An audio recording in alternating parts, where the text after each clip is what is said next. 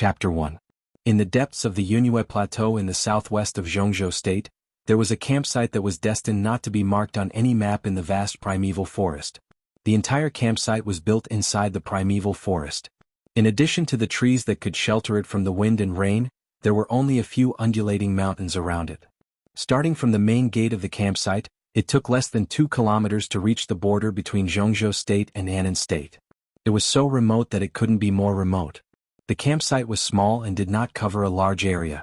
There were about a dozen thatched huts for people to live in and a very small but very clean open-air training ground. In the center of the training ground, a watchtower nearly 10 meters high and a flagpole with the star flag of Jianghu State fluttering stood alone. It was the highest place in the entire campsite.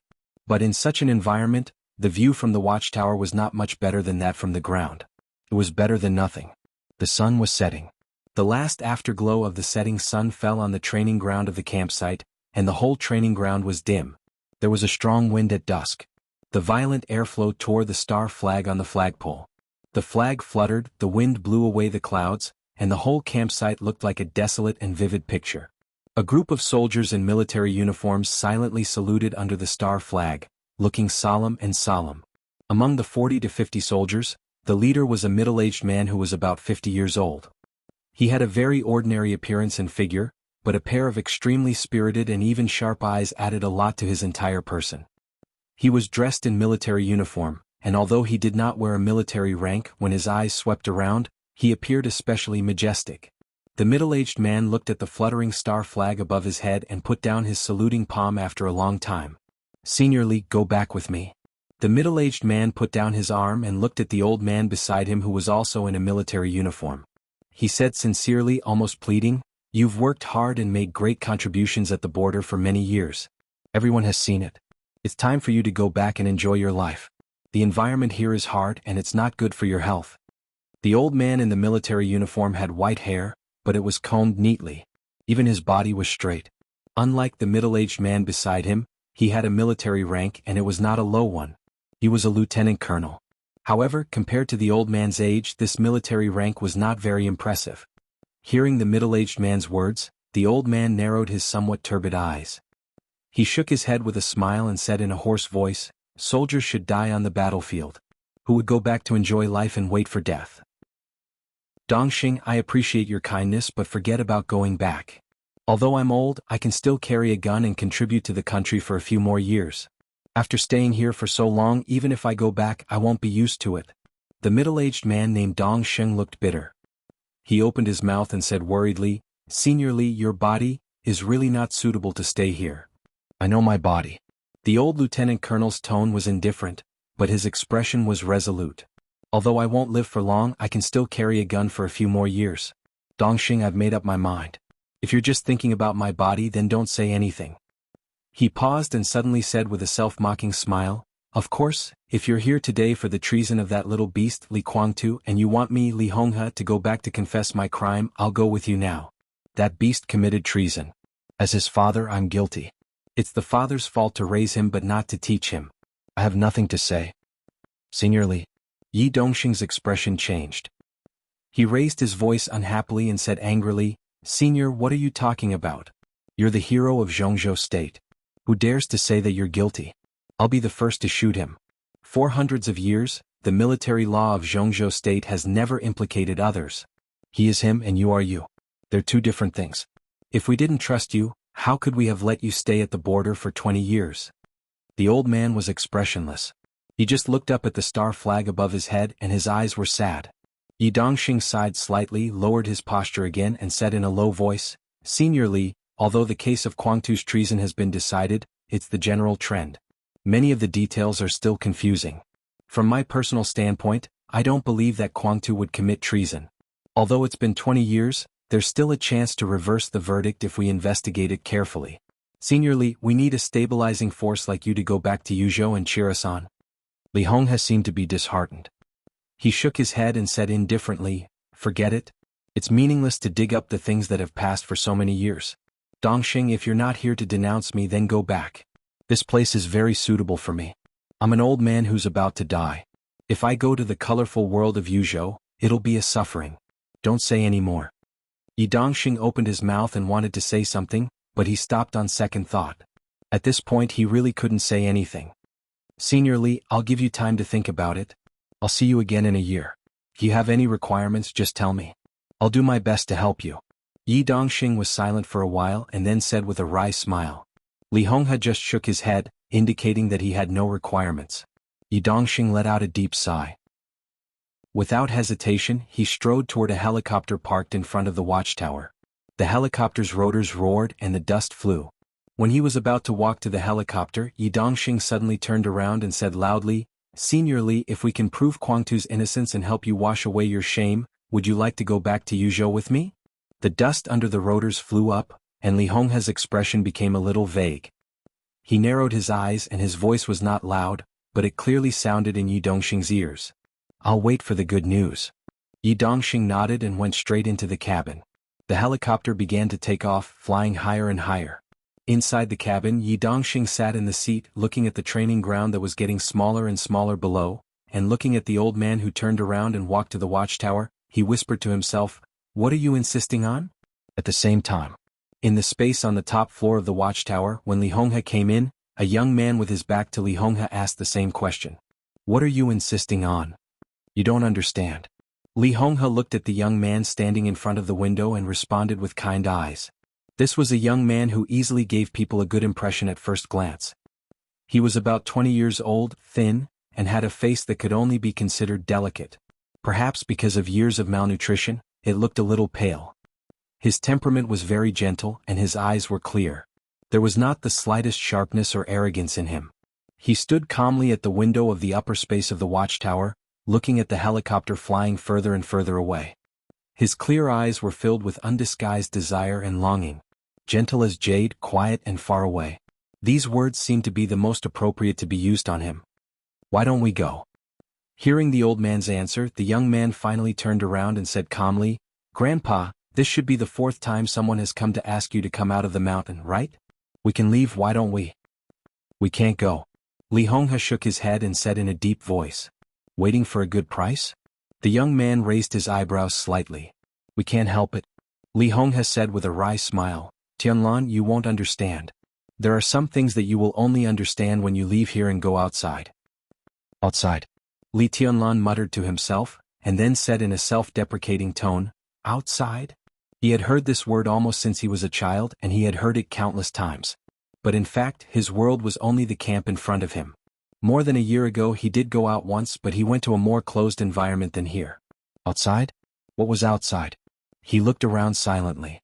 The upper floor of the watchtower was similar to a room, but there were windows in all 4 directions for investigation. The room was built of wood, and the outer layer was covered with a layer of tarpaulin, which barely sheltered him from the wind and rain. The furnishings inside the room were also extremely simple. There was only a huge bookshelf full of books, which was very intimidating. On both sides of the bookshelf, there were 2 wooden beds for people to rest. Not far from the bookshelf, there were 2 desks with writing brushes and rice paper on them. That was where the grandfather and grandson usually practiced calligraphy. This was the world Li Tianlan grew up in. He didn't hate the current environment, but after going out once, he was more and more eager to go out and see the scenery outside. But over the years, his grandfather had always restricted him. Every time he asked, his grandfather would tell him that the time was not right. Li Tianlan didn't know when the right time was. But recently he had become more and more intolerable. Li Tianlan took a deep breath, picked up a piece of white cloth and dipped it in water. He walked to a plaque on the desk and wiped it silently.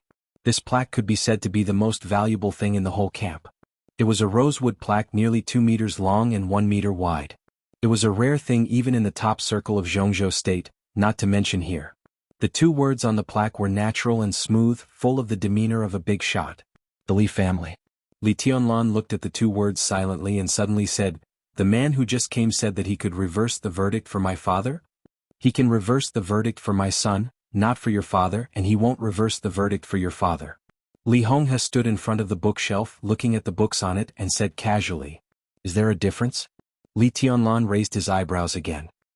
His temperament looked very weak, but the movement of raising his eyebrows made him come alive and gave birth to a fierce momentum. Of course there is.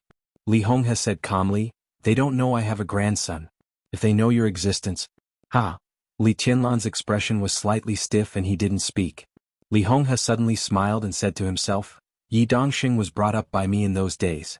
I know him better. He said he was worried about my health, and it was not an exaggeration. It is estimated that after he leaves this time, within 3 days, he will send 2 private doctors to me. He is considerate. So, Li Qianlan's heart beat instinctively.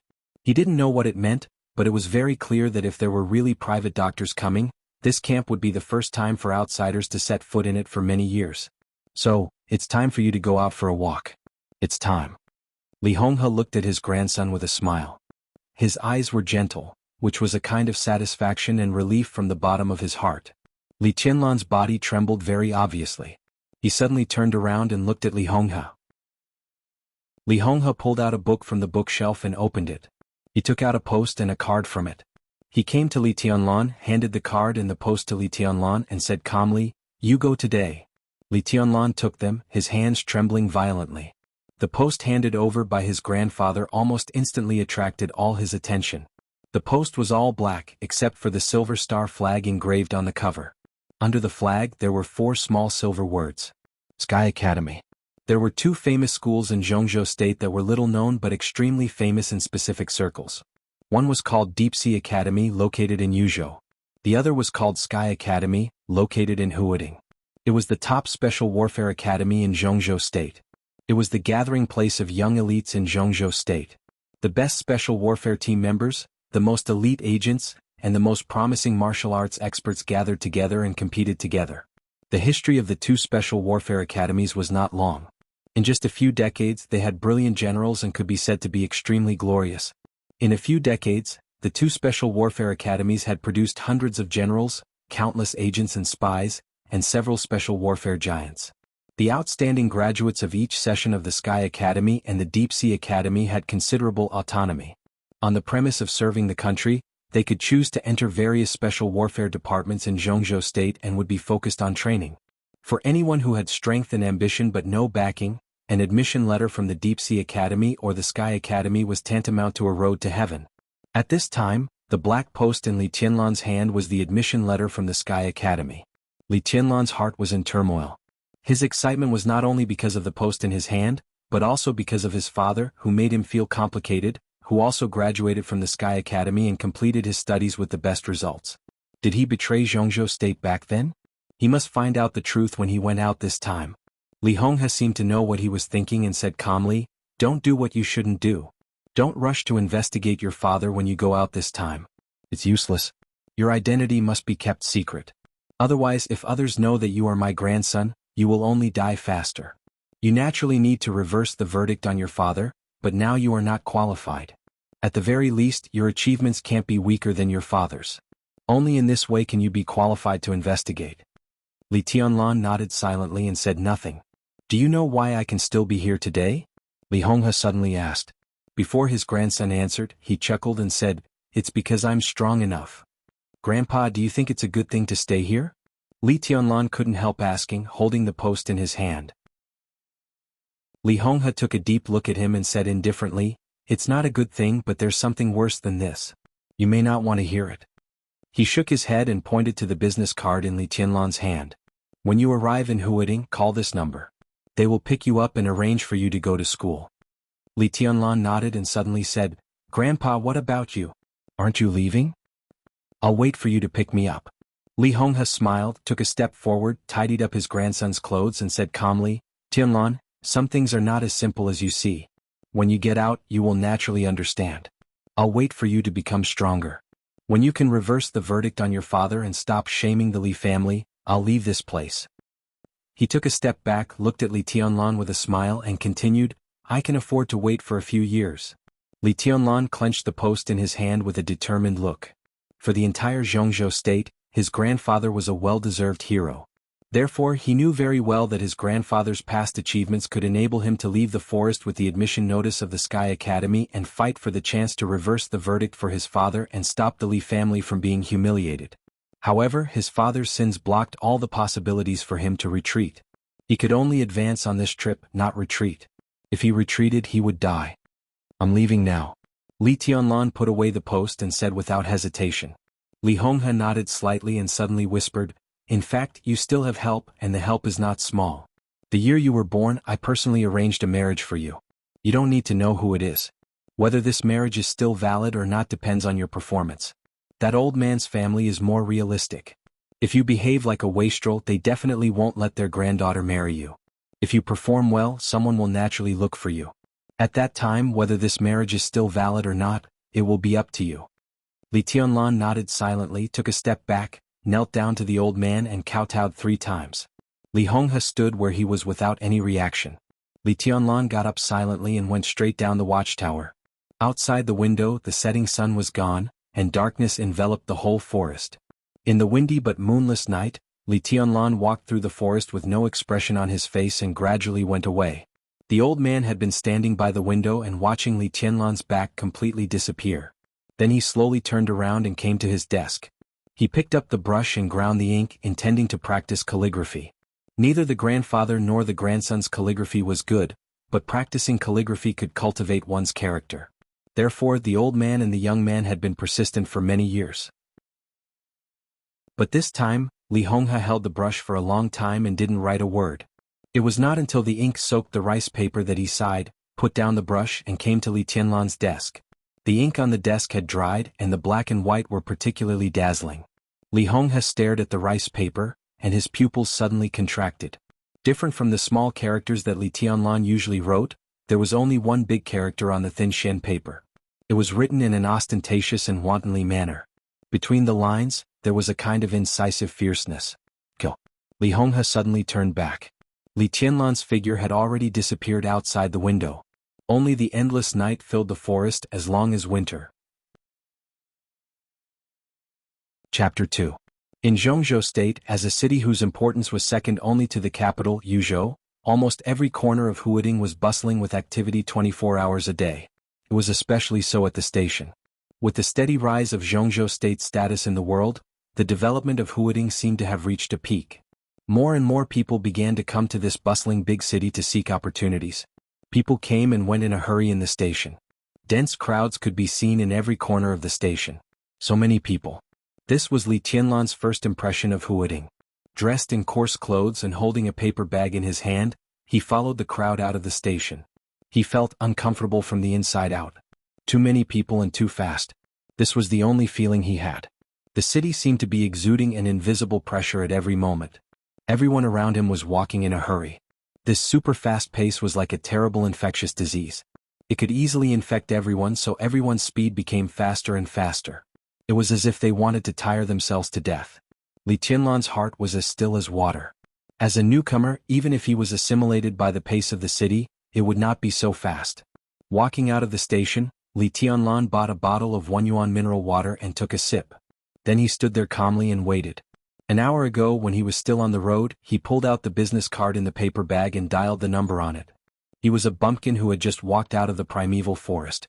The phone he called was borrowed from a kind-looking ant. The person who answered the phone was a woman who seemed to be very young.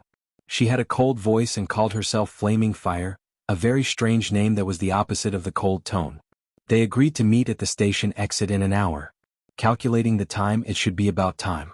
Li Tianlan suddenly chuckled. Flaming Fire. To him, this name had a profound meaning. A young girl who happened to walk past Li Tianlan heard his laughter and subconsciously took a few steps away. She looked at him and frowned slightly with undisguised disgust in her eyes. Li Tianlan was not ugly, but he was not handsome either. In addition, he was dressed in coarse clothes, holding a bottle of mineral water in his hand and clutching a paper bag that obviously had no money. He looked like a bumpkin who had never seen the world. If such a person giggled at someone for no reason, that person would not be in a good mood. The average-looking young girl glared at Li Tianlan and turned to leave. Li Tianlan took a sip of water and laughed it off. For this city, he who had spent most of his life in the primeval forest, was indeed a bumpkin, but he didn't think there was anything to feel inferior about. Having a grandfather who had experienced ups and downs in life made his 19 years of life full of ups and downs. From the bottom of his heart, Li Tianlan never felt that he was worse than his peers. Now that he had a perfect starting point, he firmly believed that as long as he was given time, he would have what others had sooner or later. And it wouldn't take long. A brand new black Audi slowly drove into the station and finally came to the exit, stopping in front of Li Tianlan. The door of the driver's seat opened, and a woman with a delicate face but a cold face got out of the car. She went straight to Li Tianlan and said with no expression, "Mr. Li? I'm Flaming Fire. I'm Li Tianlan." Li Tianlan smiled and looked at the woman in front of him with a serious look. She was about 30 years old, less than 1.7 meters tall, and had a delicate appearance, which could even be said to be elegant. She wore no makeup, and her whole person gave people a feeling of a straightforward and efficient person. The only pity was that her expression was too cold, which made people feel a chill in their hearts. If her expression could be more relaxed, it would not be difficult for her to attract the attention of the opposite sex when she walked on the street. The pedestrians nearby also began to look this way, intentionally or unintentionally. Although Flaming Fire's temperament was a little scary, she was still a beauty. Now that a beautiful woman and a famous car suddenly appeared in front of a silly bumpkin, the scene was very strange, and the passers-by were happy to pay more attention to them. Flaming Fire turned a blind eye to the strange eyes around her. After confirming Li Tianlan's identity, she nodded and said, "The boss has come to pick you up in person. Get in the car." As soon as her voice fell, a soft sound came from behind. In Li Tianlan's sight, the rear door of the Audi slowly opened, and a slender and soft calf stepped on a pair of black stilettos and gently knocked on the ground. A tall young figure got out of the back of the Audi and looked at Li Tianlan. At this moment, Li Tianlan only saw a pair of eyes as bright as the Milky Way. Flaming Fire turned around and looked at the boss, who suddenly appeared from the car, looking surprised. The woman who took the initiative to get out of the car took 2 steps forward and stepped on the ground with her stilettos. The clear sound seemed to knock on the hearts of all men. Li Tianlan's face was dull. The woman's eyes were complicated. "I'm Wei Bai." After a short silence, she took the initiative to stretch out her hand and said, "Qin Wei Bai." Flaming Fire's eyes became more and more surprised.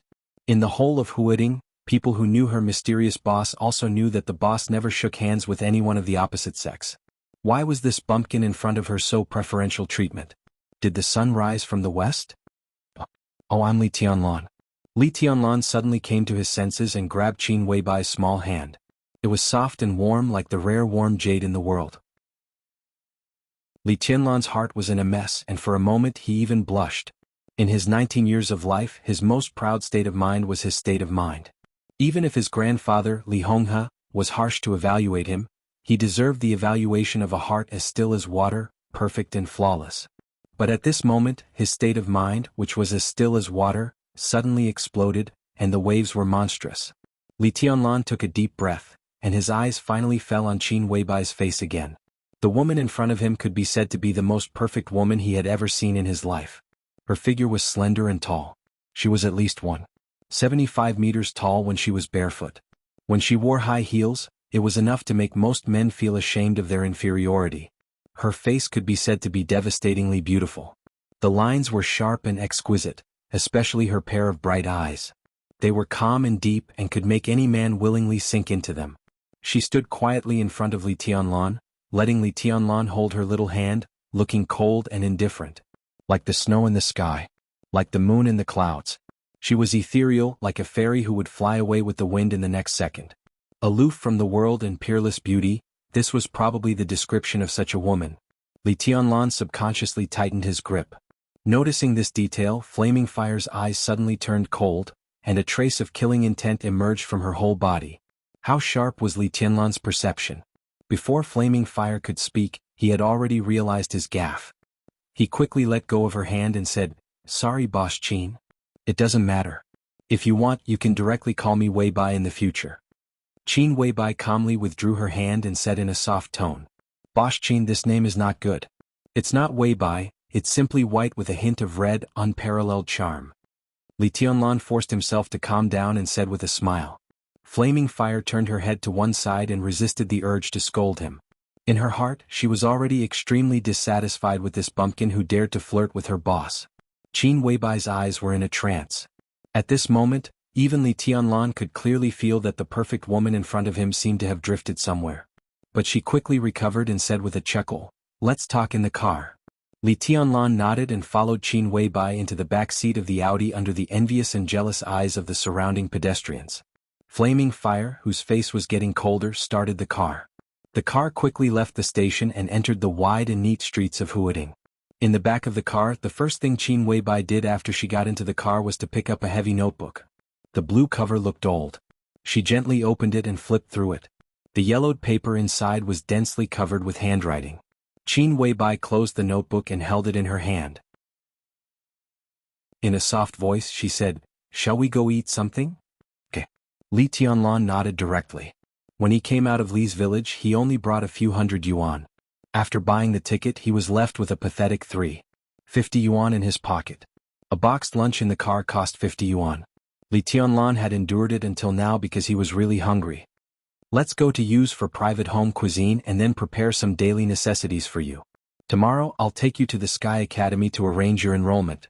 Tianlan, you can call me if you have any problems in Huading. I'll try my best to solve them. My mobile phone is on 24 hours a day. You can call me at any time." Qin Weibai stroked the notebook in her hand and looked at Li Tianlan beside her. Her tone was very serious. Smelling the faint fragrance of the beauty beside him and looking at the dreamy face in his sight, Li Tianlan's heart beat faster again. He forced himself to look away and nodded. "I understand. Thank you, Boss Qin." Qin Weibai frowned. Obviously, she was not very satisfied with the title Boss Qin, but she did not say much. Li Tianlan also fell silent and looked at Huading outside the car window in a trance. Row upon row of high-rise buildings, roaring cars coming and going, well-dressed pedestrians strolling on the street, old people holding children's hands, laughing and talking. There was also the warm sunshine that was rarely felt at the border. Scenes of prosperity kept retreating as the car moved forward. Li Tianlan's eyes were in a trance. His pale face was complicated and sad. He thought of the father he had never seen again. 20 years ago, his father was one of the top special warfare personnel in Jianghu state. But at the peak of his career, he died in the most humiliating way on the border between Jianghu state and Annan state. The charge was treason. The evidence was conclusive. If the most influential case of treason in recent years had not happened, his life from childhood to adulthood would probably be different. He would be the same as these people outside the car window or even better. He did not think that the high-rise buildings and cars coming and going outside the window were so attractive. But for the first time, this bumpkin who lived in the lush forest all year round felt that a place with sunshine and laughter was a place where people lived. The scenes of prosperity in front of him were beautiful scenes that he had never dreamed of. Li Tianlan suddenly thought of the camp at the border. He thought of those veterans who followed his grandfather to exile him at the border for many years after his father's treason. He thought of Yi Dongxing's words. Yi Dongxing said that he could try to reverse the verdict for his father and prove his innocence. If father was really innocent back then who was the one who caused the treason case? Who was it that killed his father? Who are they? What do they want? What is all this for? Li Tianlan did not know who they were. But he was sure that if they really existed, they definitely had the strength to stand at the peak of this city and even the whole Jianghu state. The scene outside the window was getting more and more prosperous. Li Tianlan tightly pursed his lips. He was under pressure, but more than that, he was filled with endless fighting spirit. "What are you thinking about?" Qin Weibai, who had been looking at Li Tianlan, suddenly asked. "They shouldn't live in that kind of place. They really shouldn't." Li Tianlan stared at everything outside the window and muttered to himself. A hint of a smile appeared on Qin Weibai's cold and delicate face. She seemed to have understood what Li Tianlan meant, but at the same time she seemed to have not. Some people say that Huading is a city that has been desolate for 1,000 years in a glorious era. This is a miraculous city that rose from zero. Tianlan, what do you think of this comment? Desolate for 1,000 years in a glorious era? Li Tianlan's eyes were still looking out of the window. He smiled and said, "How can I do that?" Beside him, Qin Weibai sighed softly and subconsciously opened the old heavy notebook in her hand. Hundreds of words appeared vividly on the yellowed paper, like someone's diary. To be fair, the handwriting on the paper was not beautiful, but it had a kind of piercing sharpness.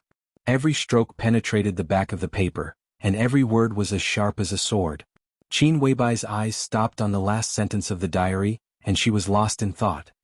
"Everything under the sun is an illusion. I come from the darkness with eternal majesty." Chapter 3. The so-called private home cuisine referred to a small catering business that was opened in a residence or office building without a license, no waiters and no fixed menu. It was a business with a very low threshold. As long as the chef had the skills, it didn't take much effort to do it. It was just a matter of taste.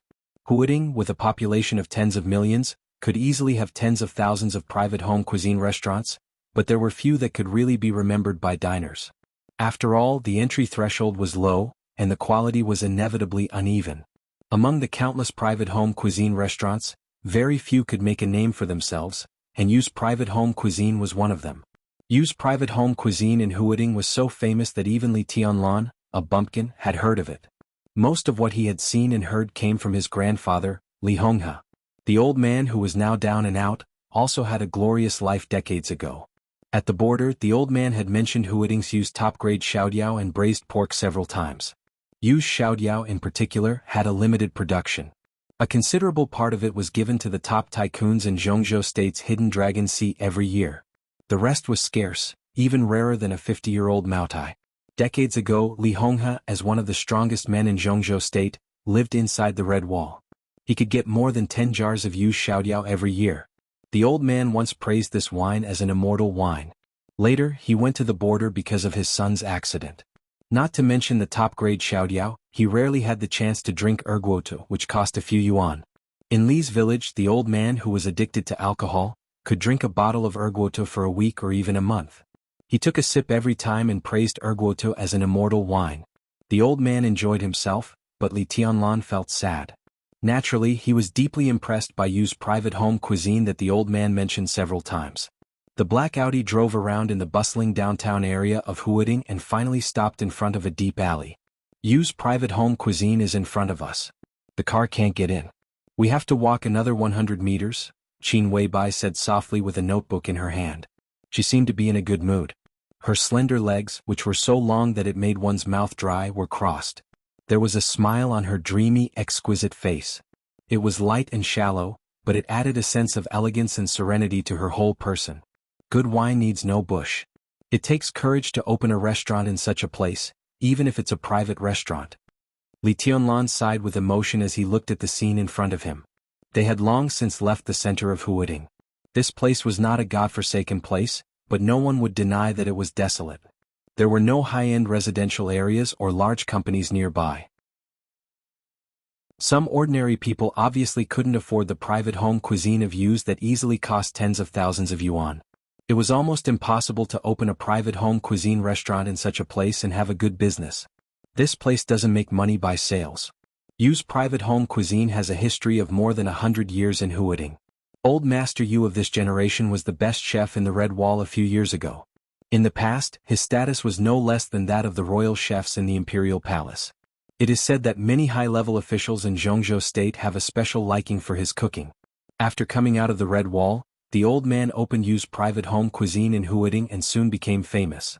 However, the old man only cooks 3 tables a day and needs to make reservations 3 days in advance. He never makes an exception, so there is no need for too many people to come here. 3 groups of customers a day are enough. Qin Weibai got out of the car with the notebook in her hand and walked in front to lead the way. An old man with a character. Li Tianlan replied casually, but his eyes involuntarily looked at Qin Weibai's back. From the back, Qin Weibai was still a beautiful sight that would never fade. Her white and tender neck, slender waist, perky buttocks that didn't look fat, and slender and straight legs would make people subconsciously fantasize. A sentence came to Li Tianlan's mind subconsciously. Every move could be a poem. Every frown and smile could be a painting. This kind of perfect charm was simply natural. It was not an exaggeration to say that it could even ruin a country and bring disaster to the people. She really has a character. Some time ago, a senior official of Huading accompanied a leader from the capital to have a meal. Because he didn't make a reservation in advance, he was directly turned away. Even his official identity didn't work. In the end, the 2 senior officials could only swallow it and didn't even dare to say a harsh word. Qin Weibai said as she walked. So fierce. Li Tianlan was a little surprised. The feudal autocratic culture of Jianghu State for more than 2,000 years had made the ideology of the official standard go deep into all levels of Jianghu State's society. It could even be said that it was part of Jianghu State's culture.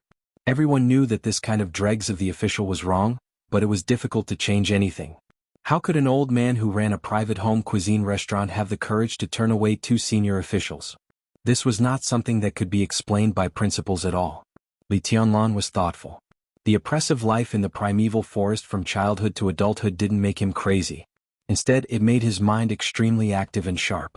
He could think of all aspects of anything, no matter how big or small, useful or useless. When he was very young, Li Honghe had taught him the most basic truth.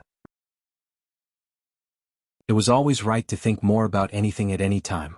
Qin Weibai's words seemed very ordinary, but after careful consideration, Li Tianlan always felt that there seemed to be some meaning in her words, with an unfathomable meaning. The old man used to be a chef in the Red Wall for many years and knew many senior officials. One of the big shots especially appreciated the old man's cooking. This kind of relationship may not help the old man do anything big, but it will never let the old man fall to the point of being bullied. Qin Weibai's tone became more and more light. A chef? Even if he is a chef in the Red Wall, he shouldn't. Li Tianlan said as if talking to himself. Qin Weibai smiled slightly and didn't speak. As they chatted, they had walked to the door of Yu's private home cuisine in the depths of the alley. Yu's private home cuisine sounded very arrogant, but it was very low-key on the outside. It was just a small courtyard with 2 wooden doors that looked particularly old. There was only a plaque hanging above the door, and the 2 words Yu's on the plaque seemed to have become blurred after years of wind and rain. Li Tianlan glanced at the plaque unconsciously, and his footsteps that were about to enter the door suddenly stopped. His pupils suddenly shrank, and his eyes stared at the 2 words Yu's on the plaque. How similar the 2 words Yu's in front of him were to the 2 words Li's on the big red sandalwood plaque in the watchtower of the border camp. Whether it was the charm or the characters, they were exactly the same. It was completely the work of the same person. It was his grandfather Li Honghe who wrote the 2 words Li's on the red sandalwood plaque and put it in the watchtower. The plaque of Yu's in front of him. Li Tianlan glanced at Qin Weibai beside him. She brought him here for more than just a meal. Qin Weibai still stood there calmly, but the look in her eyes was a little playful. Shall we go in? Okay. Chapter 4. The interior of Yu's small courtyard was not large, but it was very elegant. There were flower beds on all sides, leaving only a stone path for walking. Several stone tables were placed in a triangular shape in the courtyard. Sitting in front of the tables, one would feel as if they were in a sea of flowers, and the fragrance of the flowers was pleasant. When Li Tianlan entered the small courtyard, an old man who looked about 70 or 80 years old was lying drowsily on a wooden recliner in the courtyard, basking in the sun. The old man was thin and short, only a little more than 1.6 meters tall.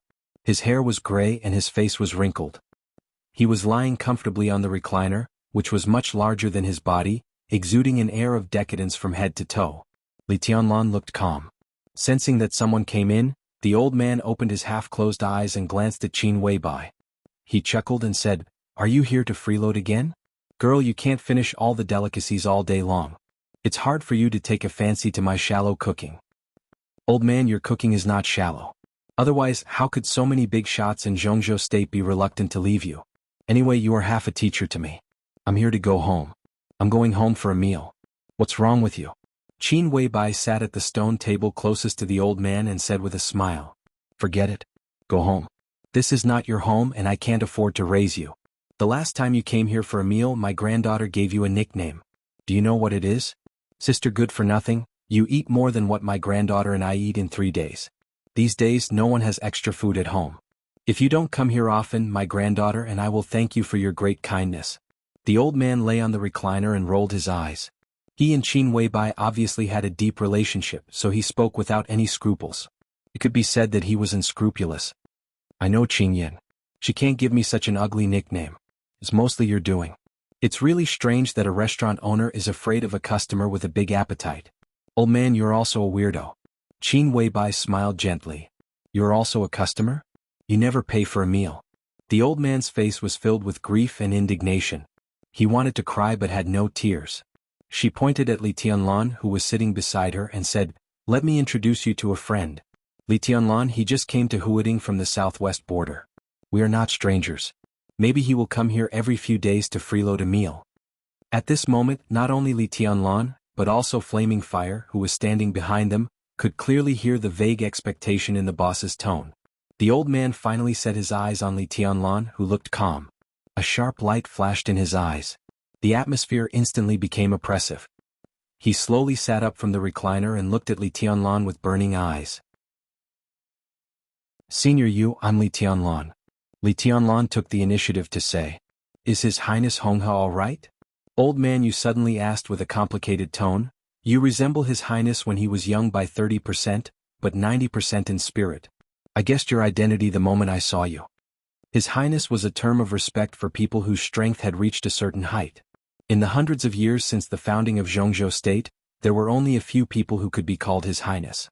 Grandpa is all right. Li Tianlan bowed slightly and answered politely. Your grandpa, the old man sighed softly, looking nostalgic. He seemed to want to say something, but he just opened his mouth and said, I'm Yu Donglai, one of His Highness's guards. You can come here for dinner in the future and chat with me. We will have time to talk about what happened between me and His Highness in the past. Okay. Li Tianlan nodded, his expression still unchanged. You are neither humble nor arrogant. No matter what your temperament is, at least you have the appearance. Boy, what realm are you in now? Yu Donglai took a deep look at Li Tianlan and suddenly asked. Li Tianlan looked calm and said calmly, I haven't entered the 4 realms of martial arts, so it's not a realm. He knew that this would probably be a very disappointing answer to the old man, but he didn't want to hide anything. His martial arts placed great emphasis on the state of mind, stressing that his heart was as steady as a rock despite the changes of the outside world. Such a martial arts indirectly shaped his character. He was neither arrogant nor rash, and he was not affected by honor or disgrace. He didn't seem to talk much, but he didn't miss a word that he should say, and he didn't say a word that he shouldn't. Facing Yu Donglai, Li Tianlan knew what kind of attitude he should use, and he also knew the expectations of his grandfather's old subordinate. In this case, being frank was the best way. His achievement of not entering the 4 realms of martial arts at the age of 19 didn't seem very impressive, but it was better than being vague and hiding. You haven't entered the 4 realms of martial arts? Yu Donglai's wrinkled face was full of disbelief. Boy, how old are you? I'll be 20 in 3 months. Li Tianlan still told the truth. Yu Donglai looked like he was deeply shocked. He looked at Li Tianlan in a daze and couldn't say anything for a while. The 4 realms of martial arts were the universal standard for dividing strength in the world, and they also represented the most central force in the world. The Qi-controlling realm, the ice-condensing realm, the fire-flaming realm, and the thunder-shocking realm. These were not realms cultivated by internal force, but the limit that ordinary people could reach with muscles and bones. Above the 4 realms of martial arts, there was the invincible realm. That mysterious realm was beyond the understanding of most people. In the world, any expert in the invincible realm was an unattainable myth and legend. Ordinary geniuses could almost enter the Qi-controlling realm, the most basic of the 4 realms of martial arts, before the age of 18. Below the martial arts, everyone was a non-entity. Li Tianlan was about to be 20 years old, but he still hadn't entered the Tao, which was indeed a little embarrassing. Forget it, let's not talk about this. I'll cook in person today as a welcome dinner for you. Come and help me.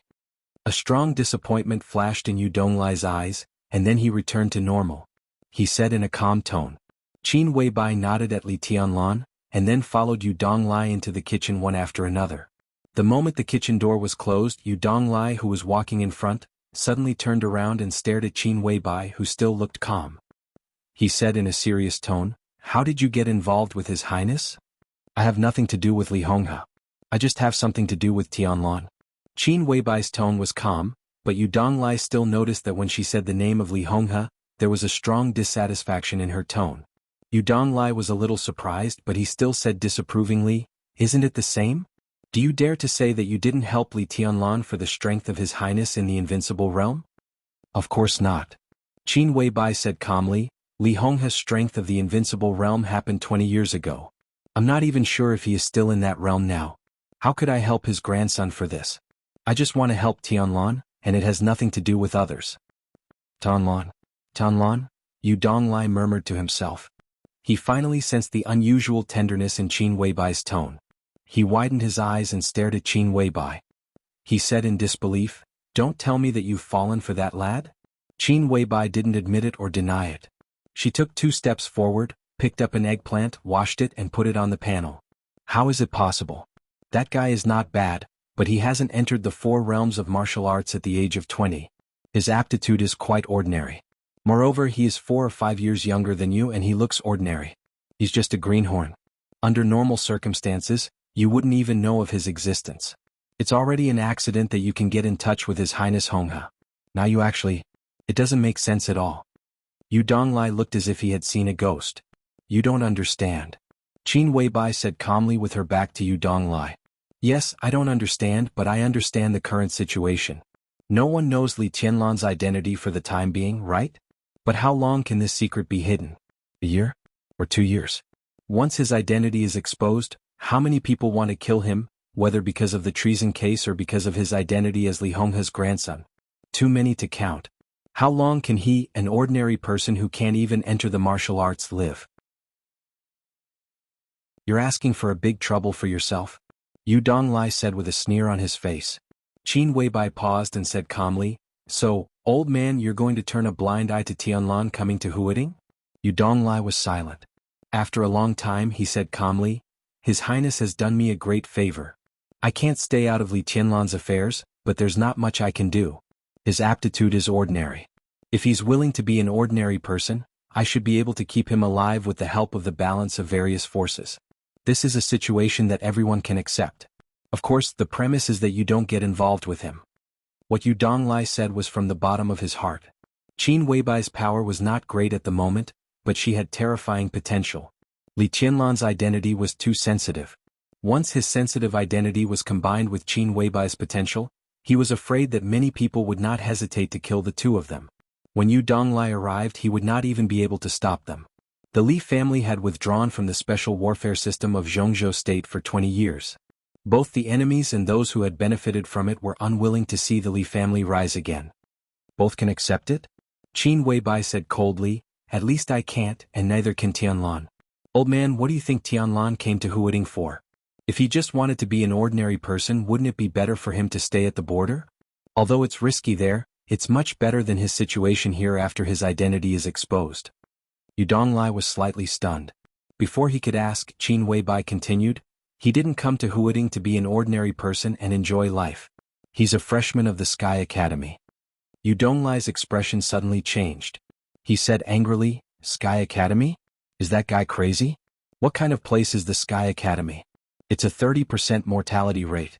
With his qualifications, it's impossible for him to make a name for himself. Is he going there to be cannon fodder for others? No, he's going to the Sky Academy. Does he want to investigate his father's treason? Damn it, he's an idiot. What he should do is to stay away from the circle of the special warfare system, instead of taking the initiative to get close to it. Otherwise, once his identity is exposed, more than half of the special warfare system of Jianghu state will be his enemy, and they'll fight to the death." "This guy is courting death," Yu Donglai said with certainty. "So I plan to go to Billy State in the next few days. If everything goes well, at least Tianlan will have one more life-saving card. At the very least, it will give him more time to grow." Qin Weibai smiled, and her tone became more and more ethereal. Yu Donglai's palm shook, and a piece of streaky pork he had just taken out fell to the ground. "You're crazy. You'd better not touch things that don't belong to you. Don't you understand such a simple truth?" the old man shouted in exasperation. "What I like is mine. That's my truth." Qin Weibai's tone was calm, and her momentum suddenly changed, becoming cold and domineering. Yu Donglai felt powerless. Once in Jianghu state, an eccentric Taoist who was regarded as a half-immortal by countless bigwigs had commented on all the heroes in Jianghu state one by one. When that eccentric Taoist commented on the patriarch of a top wealthy family in Jianghu state, he directly used the phrase "saint inside and king outside" to summarize. This comment was still widely spread, and some people still remembered it clearly. With everything Qin Weibai had now, she was naturally not in the eccentric Taoist's eyes, nor was she qualified to be on the list of people to be commented on. But few people knew that when that eccentric Taoist traveled in Huading, he once met Qin Weibai, who was just over 20 years old at that time, and also gave her a forward comment. It was completely opposite to the comment of that patriarch of a top wealthy family. King inside and saint outside. This young woman, who was now known and remembered by more and more people in Huading, never had any room for change or compromise when she decided on something. Yu Donglai could not stop her, and no one could. If you can really come back alive, Li Tianlan will indeed have one more life-saving trump card in the Sky Academy. But is it all worth it? The old man picked up another piece of streaky pork and asked in a complicated tone. Before Qin Weibai could continue, he said again, "I have no choice. He is the grandson of His Highness. In any case, I will protect him even if I have to sacrifice my old bones. But you don't have to do this at all. I'm really curious about how you know that guy. It's totally inexplicable." Qin Weibai, who was chopping vegetables with a kitchen knife, looked at him with gentle eyes and murmured softly, "A long, long time ago, before he knew it, I knew him." She took a deep breath and said slowly, "Old man, I know you have a close relationship with the headmaster of the Sky Academy, and it's hard for me to speak to them. This time, when Tianlan enters the Sky Academy, I hope you can help him when necessary." "We'll see about this later," Yu Donglai said impatiently and then said, "But I still can't figure it out. There's really nothing special about this guy. If he wasn't the grandson of His Highness, I wouldn't even take a look at him. I think that Wang Xiaoyao is more suitable for you. That man has been pursuing you for several years. It can be said that he's infatuated. He doesn't deserve me." Qin Weibai raised her eyebrows. In an instant, she was in high spirits, showing her peerless elegance. "In the next hundreds of years, if the world can only remember one person, then it must be my man. Wang Xiaoyao can't do this. He doesn't deserve me. Then can Li Tianlan outside do this? If I want to comment on this guy, I can only say one word: sloppy and ordinary." Yu Donglai said grumpily. "What a coincidence. I also have a word for Tianlan." Qin Weibai said softly. "What word?" Yu Donglai asked with interest.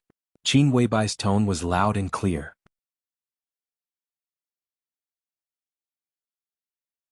Chapter 5. The site of the Sky Academy was located between Wudong New District and Chongguang Island in Huading. A few decades ago, when the international situation was still stable and peaceful, before the Sky Academy was established, there was an official name for the place: Chongqing Island. It was one of the places with the best natural environment and the most developed tourism industry in Huading. However, all of this became history with the continuous outbreak of secret wars in Jianghu State. Jianghu State, which was once mired in the quagmire of war, was particularly sensitive to the turbulent international situation. In the first few years of the continuous outbreak of secret wars in various countries, the higher-ups directly decided to establish the Sky Academy after careful consideration and set the site on Chongqing Island. 120,000 residents on the island were quickly relocated within a month, and the compensation was paid immediately. The entire 160 square kilometers of Chongqing Island became the first special warfare academy in Jianghu State almost immediately, or a heavily guarded and powerful military base. The position of the Sky Academy on the map of Jianghu State was very delicate. The higher-ups naturally valued not only the political status of Huading but also the strategic significance of Huading and Chongqing Island. By attacking, they could directly attack East Island State and Gaoshan State in the west, deter Treasure Island which had been trying to establish itself in the south, and also directly enter the South Sea through the most convenient route to fight. By defending several important provinces and cities in Huading, Wuyue, Jiangzhou, Minnan, Beihu, Jiangnan, and Zhongyuan were also under the protection of the Sky Academy. The Sky Academy could be said to be a sharp sword inserted in the southeast of Jianghu State. It could attack and defend, and it was almost innately invincible. Li Tianlan had longed for the Sky Academy for a long time, and he had imagined how magnificent this famous special warfare academy was countless times in his heart. However, after landing on this island and seeing the tip of the iceberg of the Sky Academy with his own eyes, he couldn't help but feel a little absent-minded. The Sky Academy did not have a gate. Every inch of the entire Chongqing Island could be said to be the territory of the Sky Academy. On such a land that was enough for more than 100,000 people to live happily, there were now less than 3,000 teachers and students in the Sky Academy. It could be seen how much importance the higher-ups of Jianghu State attached to this special warfare academy, whose history was 5 years earlier than that of the Deep Sea Academy. The teaching buildings and dormitories on the island only occupied a small area. Most of the places were built into various training grounds for different purposes. In addition, there were 2 military airports and a military port on the island, which had everything from fighter jets and warships to speedboats and parachutes. From time to time, fighter jets and helicopters took off and landed in the air. On the sea in the distance, the vague outline of the warships became clearer and clearer. In the sea in the distance, a dozen figures fell rapidly from the sky. Parachutes opened in the rapid descent and suddenly slowed down. More than a dozen students who jumped slowly landed in the depths of the island. The Sky Academy's curriculum is very rich and complicated, but also very simple. The Academy's curriculum is Academy's courses. Secondly, they should be proficient in shooting, disguise, tracking, lurking, assassination, protection and other skills. These skills almost cover more than 90% of the courses in the Sky Academy, and the other 10% is the core, which is the improvement of combat effectiveness. Qin Weibai stood beside Li Tianlan and whispered, "This is a place where you can control and even change your own fate." It's amazing but also cruel. Every student here has the possibility of facing the threat of death during their training. The country has set the casualty rate at 30%. How shocking is this figure? Those who are not part of the game will never understand. There is always a price to pay if you want to change your fate, Li Tianlan said softly. Li Tianlan said softly. His carefully trimmed hair, white shirt, black trousers, and leather shoes made him look completely different from the bumpkin who had just entered Huading yesterday. It was true that clothes make the man. Li Tianlan, who had taken off his coarse clothes, still looked clean and gentle, but it made his seemingly thin body look tall and tough. Standing on the land that belonged to the Sky Academy, his eyes only swept over the fighter jets in the air and the warships in the distance. Most of the time, his eyes were fixed on a boulder in front of him. This boulder was the first big guy he saw after landing on the island. The boulder was 100 meters high and was a standard rectangle. It stood on the ground like a monument. In the Sky Academy, which had no gate, it was almost the facade of the Sky Academy. Countless names were engraved on the stone tablet, and in the middle of the countless names, 6 large blood-red characters appeared heroic and mournful under the illumination of the sunlight. A place of heroes. In the 9th month after the establishment of the Sky Academy, an important figure in the special warfare system of Jianghu State committed treason and fled to Heng State with a lot of confidential information. 60 students of the Sky Academy sneaked into Heng State to hunt him down. After a week, they successfully killed the escaped Major General and destroyed all the information. In the process of evacuating Heng State, the 60 students fought with the special warfare elites of Heng State and killed nearly 300 enemies. Only 5 of the 60 students finally returned to Jianghu State alive. Among the 5 survivors, 2 were seriously injured and retired. The other 3 were all promoted to Major General after the battle. In the 5th year after the establishment of the Sky Academy, 600 students graduated from the first class. Colonel Gao Changfeng graduated first with excellent results and personally founded the Special Warfare Force Storm. In the 3rd month after the establishment of the Storm, a mysterious foreign armed force sneaked into the border of Jianghu State. All 102 elites of the Storm went to war and wiped out nearly 500 people of the foreign armed force. Then the Storm chased them all the way into the enemy's rear and rushed into the headquarters of the foreign armed force codenamed Giant Rock. In one night they wiped out more than 1,300 people of Giant Rock. Then the Storm was besieged by the local special warfare elites. All 102 people were wiped out. In the 8th year after the establishment of the Sky Academy, 5 excellent agents who went out of the Sky Academy and lurked in Annan State took a risk in desperation because of a very important military information. They successfully assassinated Ruan Jingsheng, the core figure of the special warfare system of Annan State. Then their identities were exposed and they were trapped in Annan State. The Sky Academy dispatched 4 batches of elites, totaling 260 people, to rescue them in 3 days. In the end, only 3 people returned to Jianghu State with the information. The other soldiers were all buried in foreign lands and some even had no bones left. At that time, the president of Jianghu State came to the Sky Academy in person, set up this stone tablet, and mentioned these 6 words in person. From then on, the headmaster of the Sky Academy would personally engrave the names of every soldier and agent who graduated from the Sky Academy after their sacrifice. Boy, do you see? The stone tablet in front of you is engraved with the names of almost all the victims of the Sky Academy. For decades, only one student who graduated from the Sky Academy did not have his name appear on it after his death. Instead, he became a disgrace to the Sky Academy. Boy, do you know who he is? Yu Donglai, who came here with Qin Weibai and Li Tianlan, suddenly asked. The old man was accompanied by a girl who was about the same age as Li Tianlan or even younger. She wore a pure white dress and had bright eyes and white teeth. She looked gentle and quiet, like a pure and flawless white lotus. She felt the sharpness of Yu Donglai's tone. She stretched out her small hand and gently pulled Yu Donglai's cuff. Yu Donglai was unmoved and just looked at Li Tianlan calmly. Qin Weibai's expression changed, but she did not speak in the end. I know. Li Tianlan said in a calm tone and said nothing more. His father was a student of the Sky Academy, and he graduated with the most perfect results.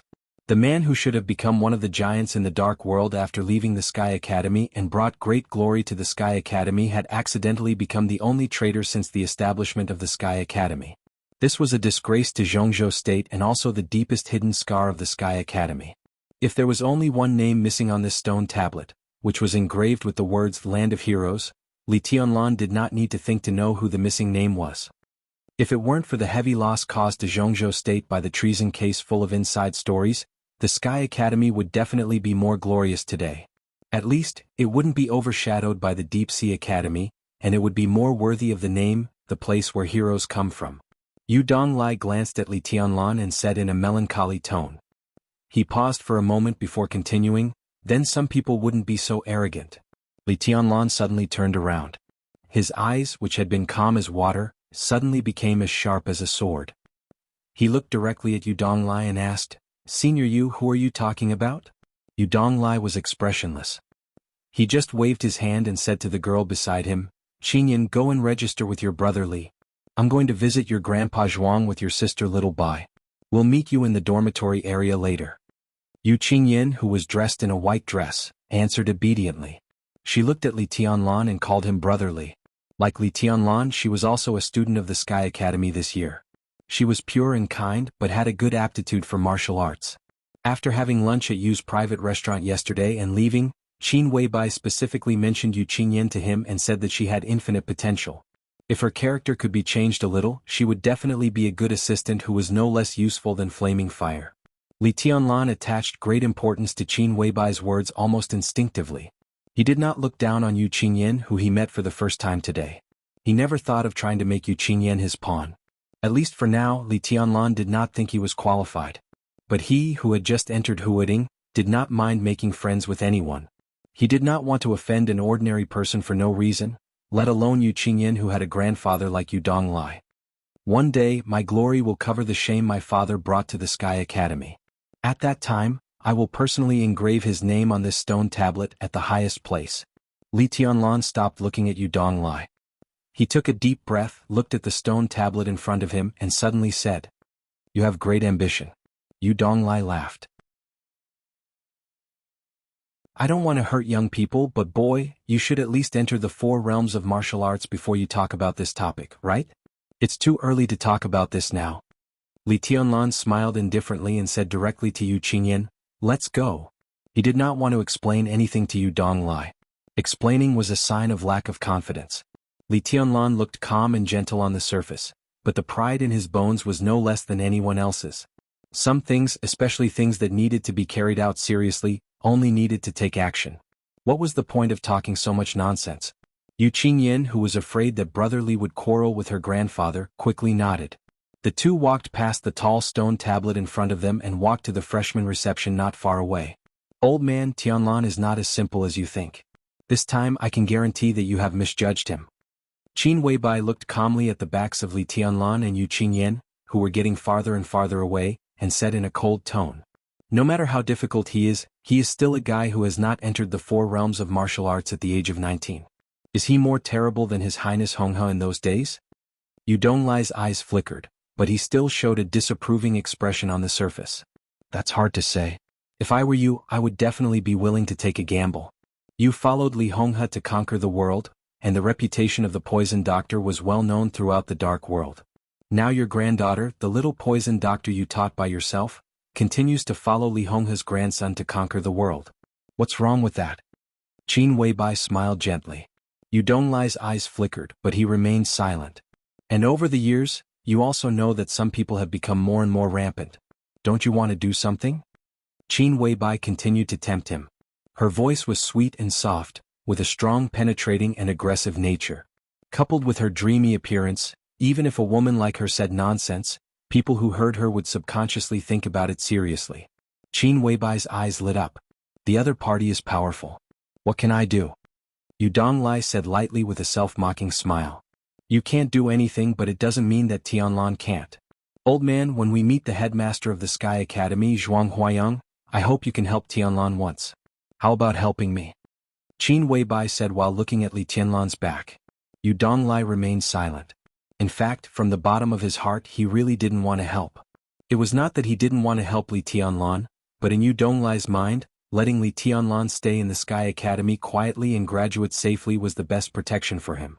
If Li Tianlan was really amazing, Yu Donglai would use all the resources available to help Li Tianlan get promoted even at the risk of his life.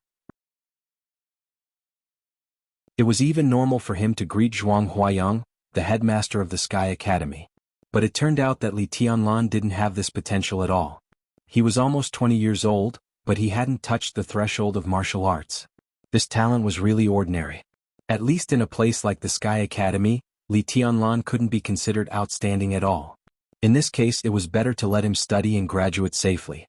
It was definitely not a good thing for Li Tianlan to suddenly bring him to the headmaster of the Sky Academy. Yu Donglai said that he would protect Li Tianlan from death. This sentence seemed to be nothing, but when combined with the death rate of 30% in the Sky Academy, it actually carried a lot of weight. After Li Tianlan graduated, as long as Yu Donglai was not in the coffin, he would naturally arrange a new path for him. He was still sure that Li Tianlan could live a smooth life without becoming a dark magnate or a top agent. At least with his power, it was completely possible to arrange for Li Tianlan to enter the regular army as a basic officer. Old man, don't think that I don't know what you're thinking. But I can tell you for sure that you don't know Tianlan. Some of your thoughts may be to protect him, but you think too simply of him. No matter what, Li Honghe is a peerless expert who once entered the invincible realm. If he had no confidence in his grandson, would he let Tianlan come to the Sky Academy? You don't trust Tianlan, but you can't not trust Li Honghe, can you? Don't let your kindness disrupt his deployment. Yu Donglai was stunned. What do you want me to do for you? After a long time, Yu Donglai turned to look at Qin Weibai and asked in a low voice. It's very simple. Qin Weibai's tone was flat. In the maneuver of the two academies a year later, I hope Tianlan can get a place to represent the Sky Academy. Do you know what you're talking about? Yu Donglai was so angry that he laughed. Don't you know what kind of place the maneuver of the two academies is? Over the years, the conflict between the two special warfare academies has become more and more serious. Which maneuver is not bloody? Those who can represent their academies are all elites. Li Tianlan hasn't even entered the 4 realms of martial arts. Is it courting death to let him participate in the maneuver? Besides, don't think that I don't know what you want to do when you go to Billy State this time. If you can come back, come back. If you can't, you will never come back. Temporarily? Do you think you have 2 lives?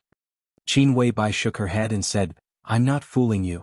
I said I will come back, and I will come back sooner or later. Don't worry, I won't die in Billy State. I will definitely come back within a year.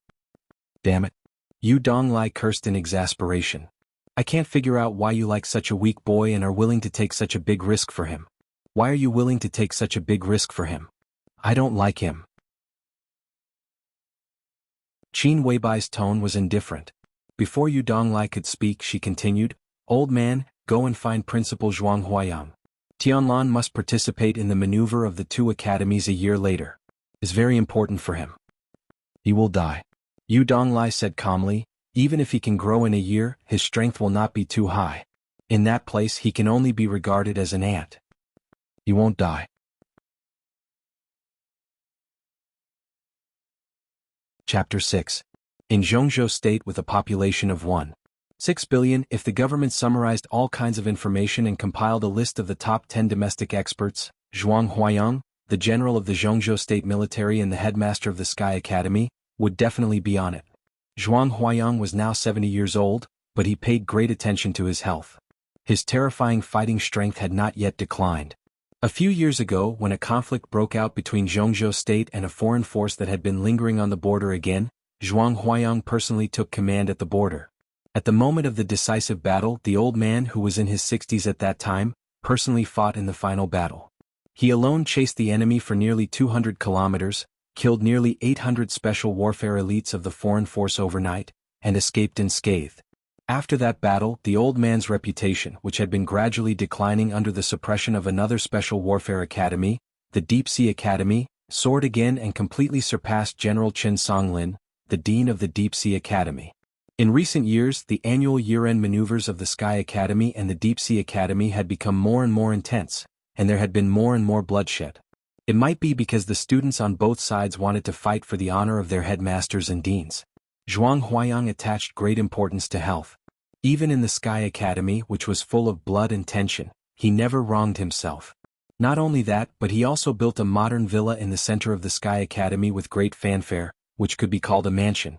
The villa covered an area of nearly 2,000 square meters, and the surrounding area was filled with hundreds of kinds of fresh flowers, forming a large garden that surrounded the entire villa. The fragrance of the flowers could be smelled all year round. In front of the villa, there was a delicately shaped pond with running water. The water was clear and it fed hundreds of ornamental koi fish. On the left side of the pond was a bamboo forest, opposite to the several fruit trees on the right side of the pond.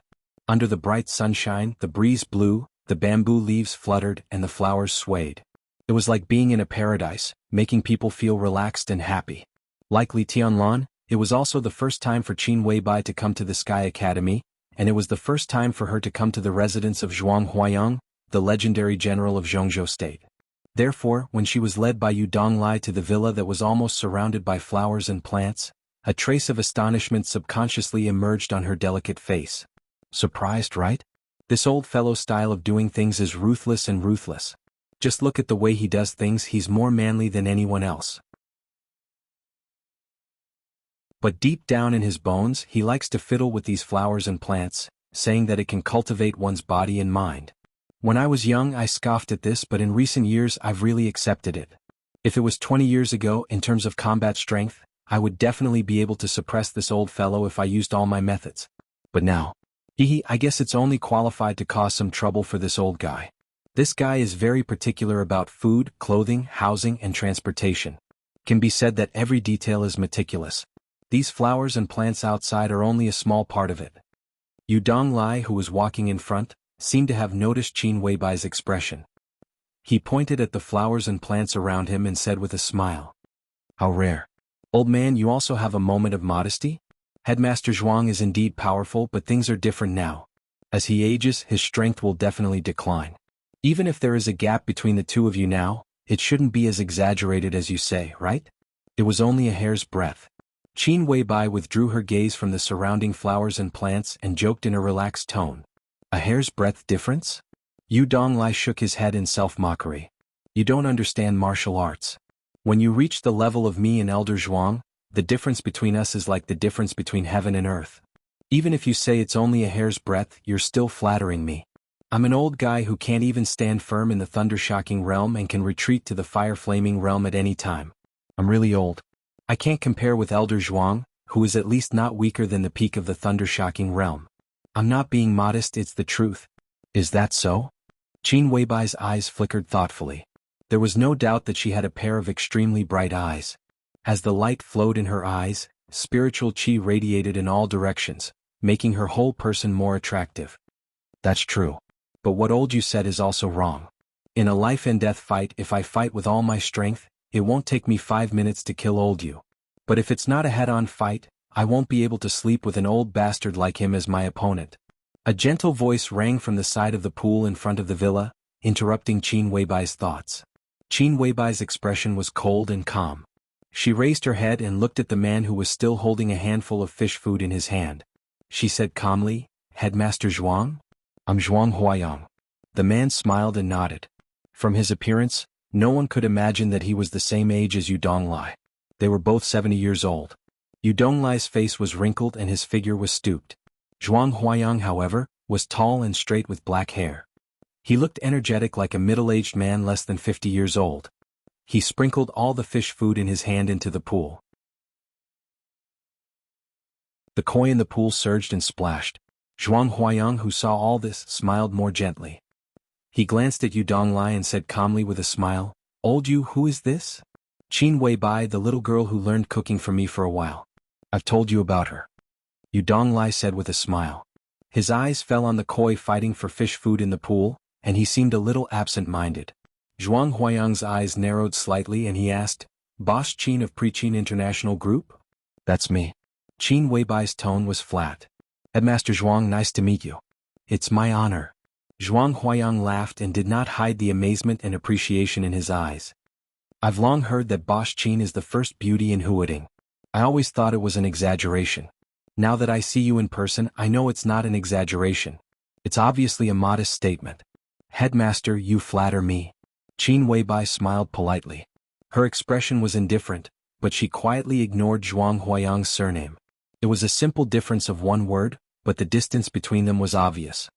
"I'm not flattering you. Boss Qin deserves the evaluation of being a national beauty."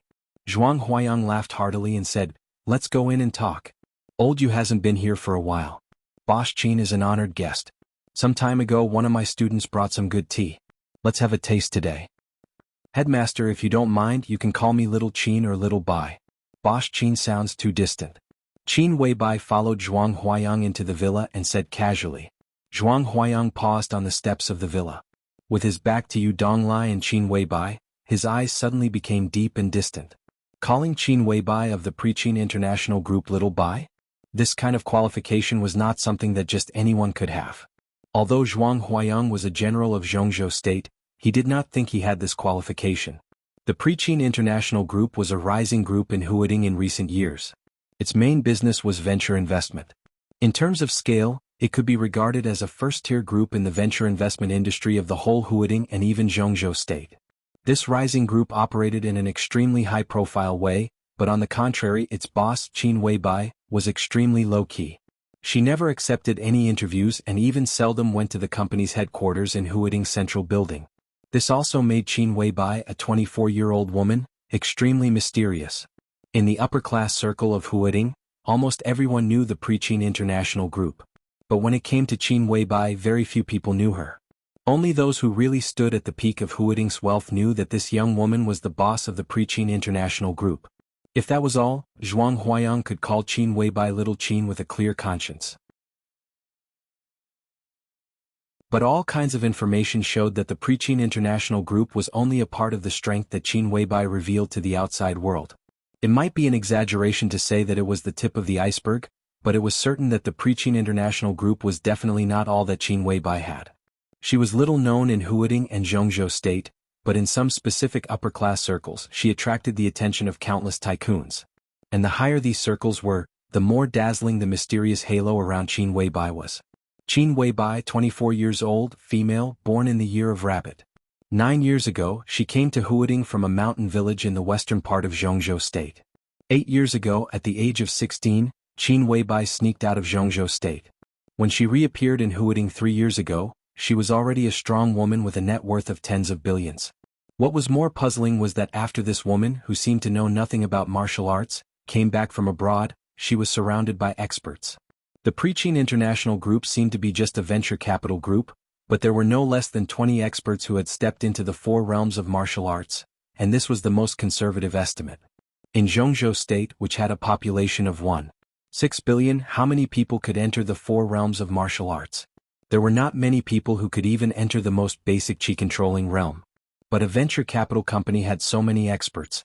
Of course, it attracted the attention of Huading and the Ministry of State Security of Jianghu State. The investigation team of the Ministry of State Security entered Huading directly without hesitation.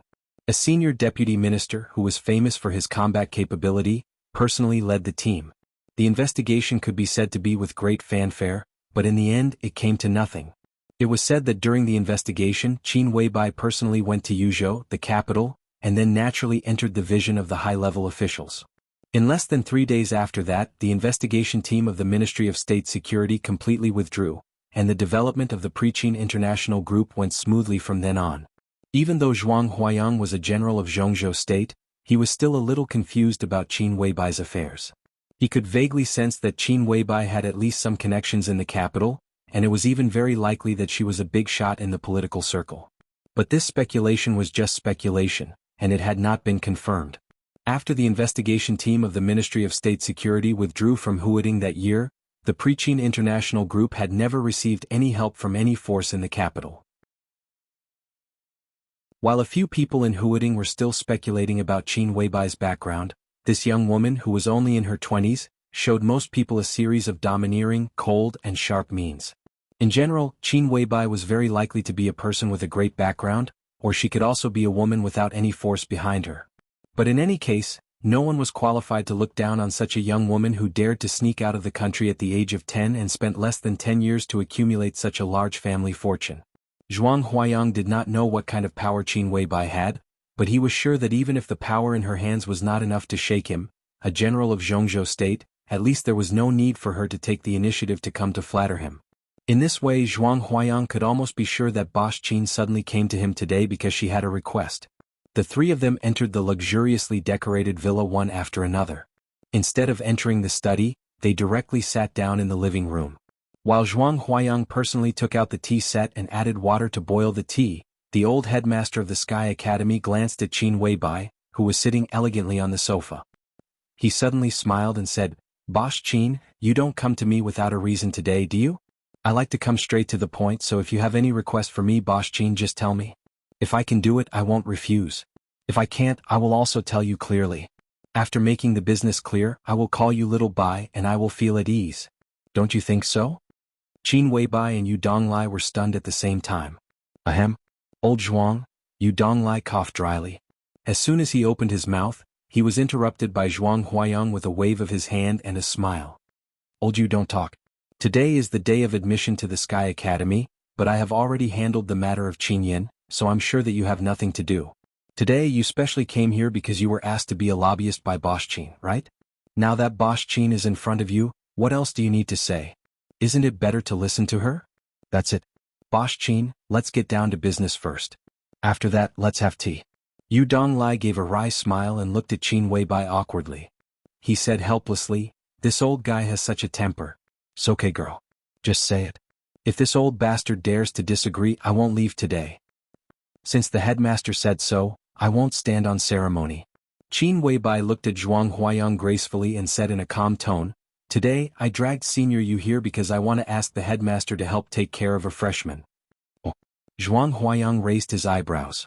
Although his smile remained unchanged, his eyes became sharp. "Li Tianlan." Qin Weibai's tone became softer. "Why is it this guy again?" To Qin Weibai and Yu Donglai's surprise, Zhuang Huayang did not rush to agree or refuse. Instead, he frowned and said to himself, "What do you mean?" Qin Weibai's attention was suddenly completely focused. She looked at Zhuang Huayang and asked in a cold tone. Zhuang Huayang was silent for a moment and then said with a smile, "I won't hide it from you, Boss Qin. An hour ago, a big shot called me in person and asked me to take good care of this freshman. But the care he said seems to be a little different from the care you said, Boss Qin. He told me that he would train Li Tianlan hard. If he killed him, he would give my son a promotion and a raise, and I could be the headmaster for one more term. If he didn't die, he would give my son a promotion and a raise, and I could be the headmaster for one more term. I haven't figured out what he meant, but you came and asked me to take care of Li Tianlan. Boss Qin, how do you want me to take care of him? Kill him? Keep him alive?" Qin Weibai remained calm and collected, deep in thought. Yu Donglai asked subconsciously, "Old Zhuang, who called you?" I can't say. Zhuang Huayang said with a smile, but his eyes were observing Qin Weibai's expression. "Headmaster, is it a call from Zhongyuan province?" Qin Weibai suddenly asked. Zhuang Huayang's palm trembled slightly, and he almost dropped the teapot with his hand. Zhongyuan province? Yu Donglai was even more shocked. The capital of Zhongyuan province was Luojing. Although it was one of the major economic provinces in Jianghu state, it was not very prominent in politics and military in recent years. If there was really a person in the whole Zhongyuan province who could be regarded as a big shot by Zhuang Huayang, is it? Yu Donglai opened his mouth, but he was interrupted by Qin Weibai before he could finish. "If I'm not wrong, it should be that person. Headmaster, am I right?" Yu Donglai closed his mouth subconsciously, but his mind was full of confusion. The person in Zhongyuan province had nothing to do with the case that year. Why did he suddenly pay attention to Li Tianlan now? And he gave Zhuang Huayang an instruction that if he killed him, he would get a promotion and a raise. If he didn't die, he would get a promotion and a raise. What kind of F***king attitude was this? I don't know. Zhuang Huayang quickly put away his shocked expression and said with a smile, "Boss Qin didn't say who it was. How can I answer?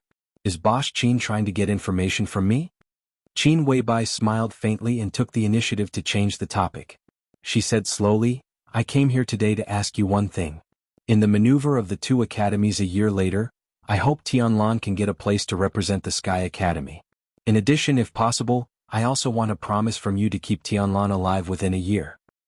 "If I promise, Boss Qin, what can I get?" Zhuang Huayang asked straightforwardly. "If you can promise and do it, then I will owe you a favor. I will pay it back when the time is right." Qin Weibai came empty-handed, and as expected, she didn't take anything with her. She just gave a verbal promise. An empty promise? Zhuang Huayang laughed and said, "What if I don't promise?" Qin Weibai lowered her eyebrows, and her unrealistically beautiful face suddenly looked obedient and docile. But her words had nothing to do with being obedient and docile. From the beginning of my career to the present, as long as I want to owe someone a favor, it seems that no one has the right to refuse, even if he is the headmaster of the Sky Academy. Yu Donglai's expression froze. He suddenly felt that this conversation might be bad. Zhuang Huayang didn't fly into a rage. Instead, he narrowed his eyes and gave her a thumbs up. Good courage. I'm flattered. Qin Weibai's tone grew calmer. Headmaster, I'm leaving Zhongzhou State tonight. I'll be back in a year at the latest.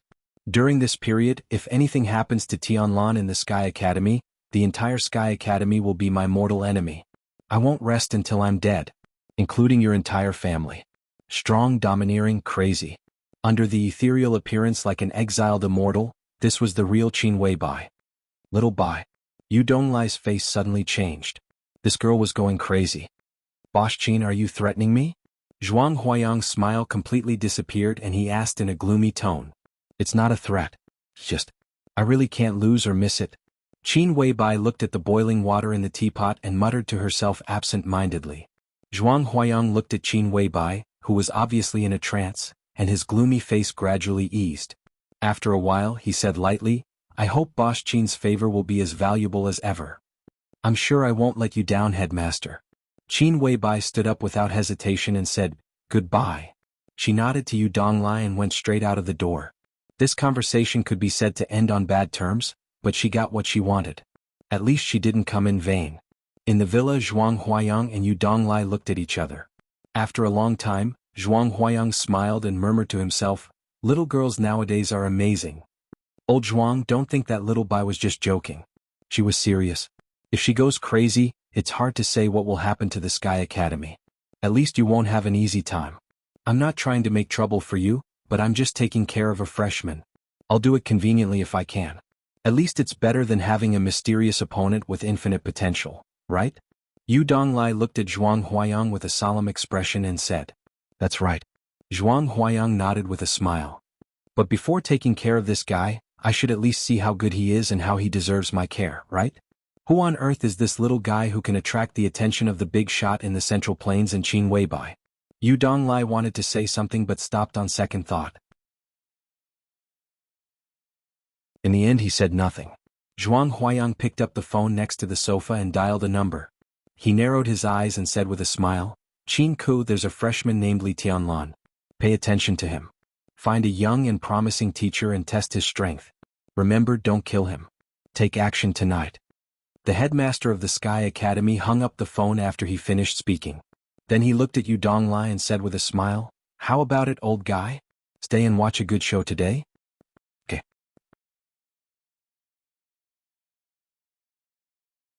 Chapter 7. Room 601, Unit 1, Building 1, Area A. This was the dormitory assigned to Li Tianlan by the Sky Academy.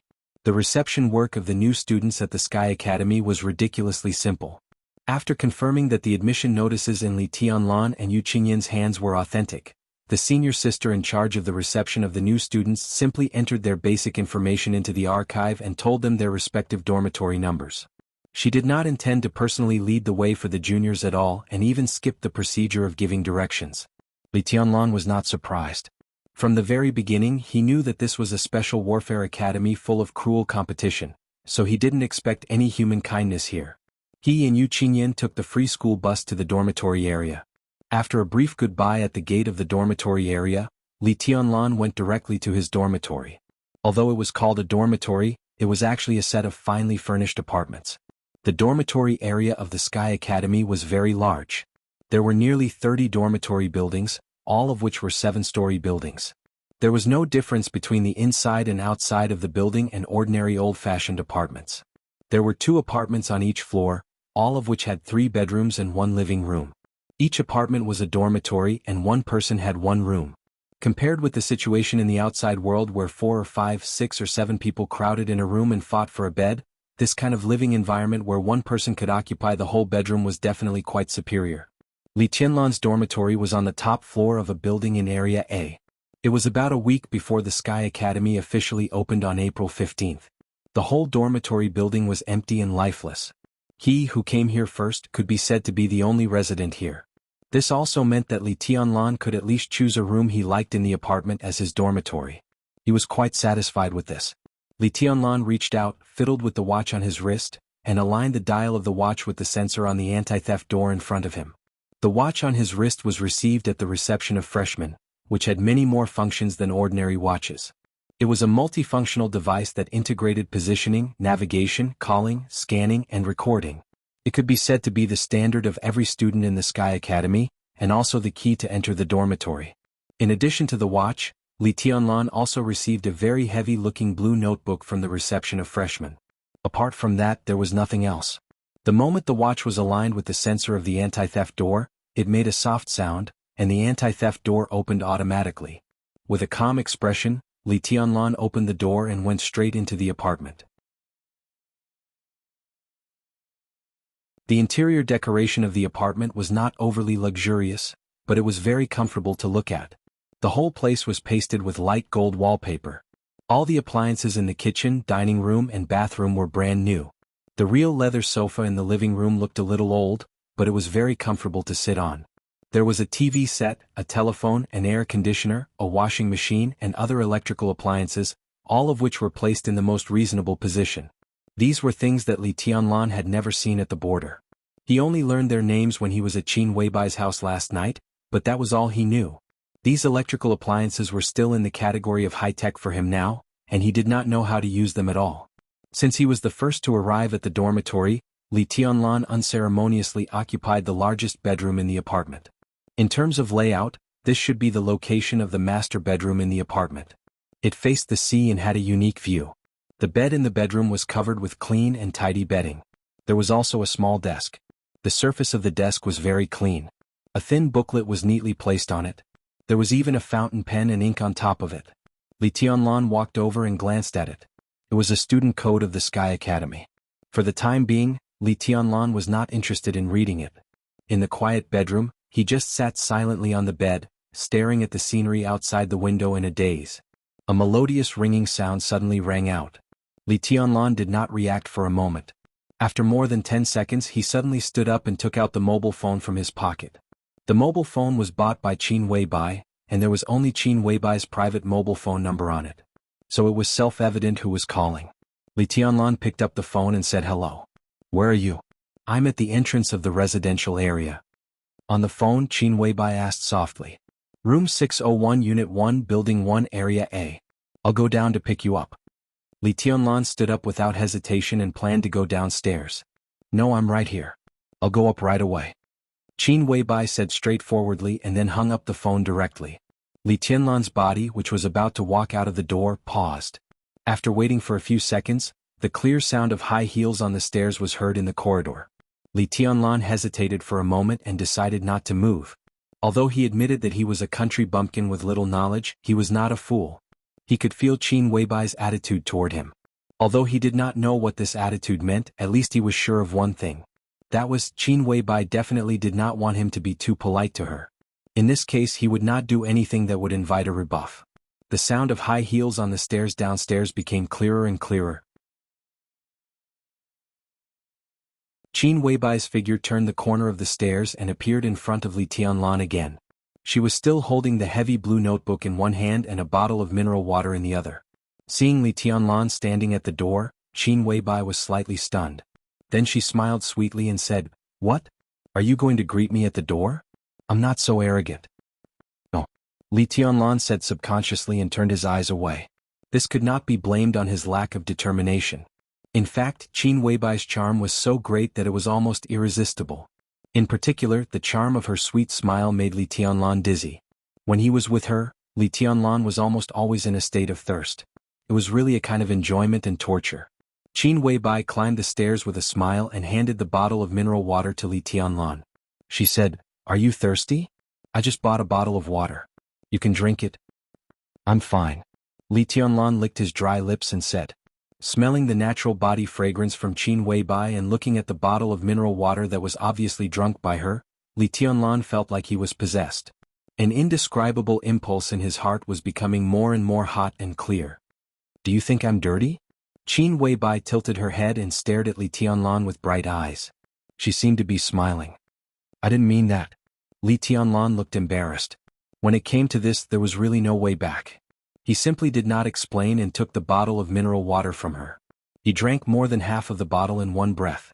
Qin Weibai's breath seemed to be left at the mouth of the bottle, faint and faint. Li Tianlan did not know whether it was because of thirst or other reasons, but he felt that the bottle of water had an indescribable sweet taste. "Let's go in and have a look around your dormitory." Qin Weibai did not seem to feel anything ambiguous at all. She pulled Li Tianlan directly into the apartment. Li Tianlan was confused, and his mind was full of Qin Weibai's voice and smile just now. "It looks good."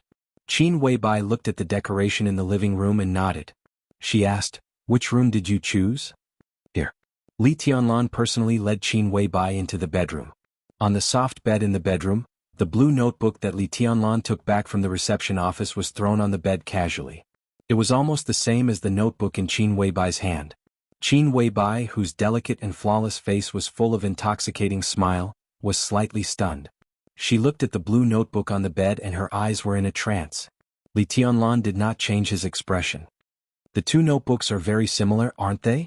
Qin Weibai was silent for a while. Suddenly, she raised the notebook in her hand and asked, "Yes, they are very similar. The only difference is that mine is newer and I haven't written anything on it," Li Tianlan said calmly. When he received the notebook at the reception office of the new students, he felt that it was very familiar.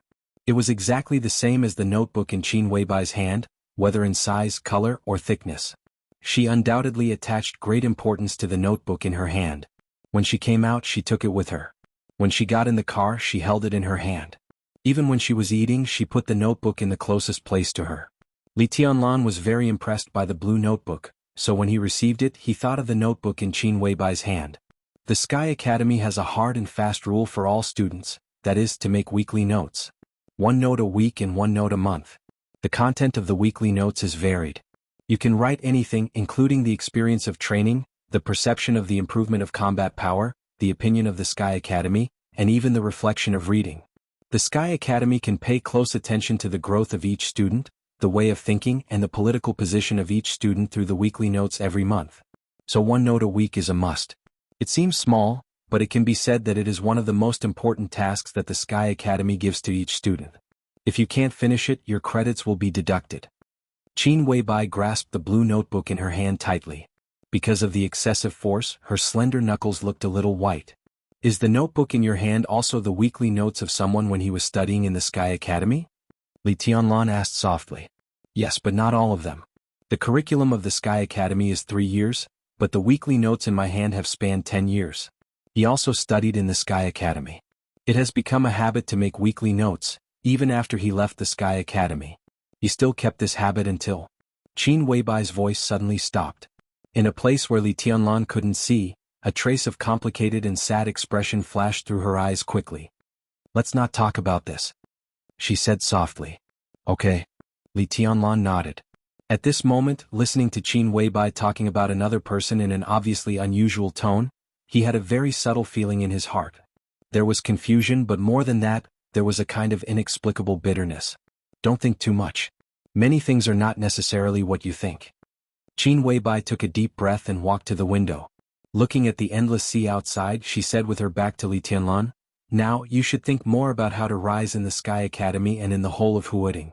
Judging from the current international situation, the possibility of an all-out war between countries is not high, but the unknown secret war will become more and more fierce.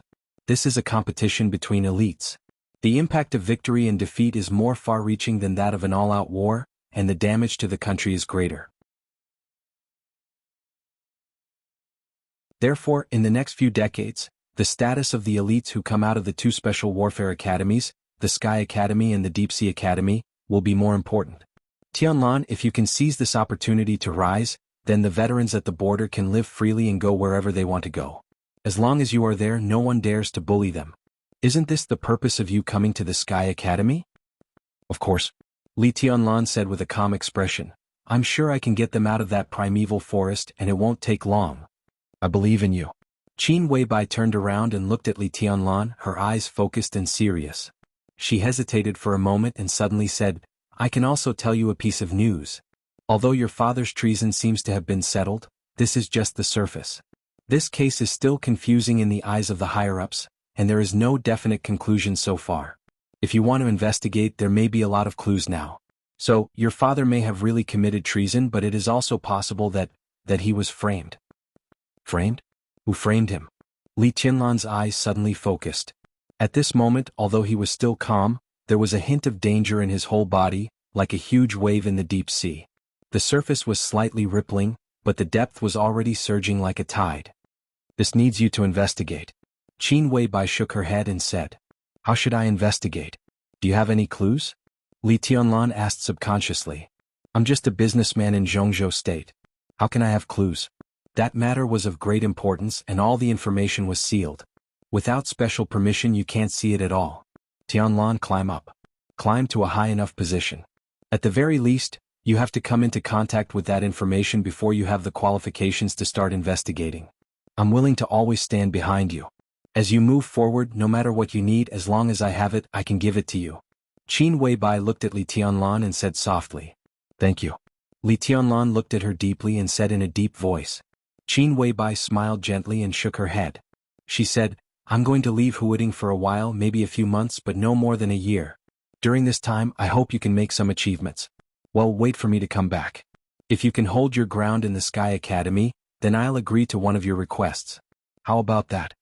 In Li Tianlan's somewhat widened pupils, Qin Weibai narrowed her big eyes and smiled more and more softly. "I can agree to any request you have." "Really?" Li Tianlan confirmed in a dry voice. There were all kinds of thoughts in his mind. Countless thoughts crowded together, making his whole mind blank. "Of course. In Huading, people who know me, Qin Weibai, know that I always mean what I say." Qin Weibai looked proud. She reached out a small white hand to Li Tianlan and said, "Let's pinky swear." Li Tianlan walked over in a daze, reached out his little finger, and hooked it with Qin Weibai's finger. Qin Weibai's body was close to Li Tianlan. She took out her mobile phone, turned on the camera function, and directly pressed the shooting button.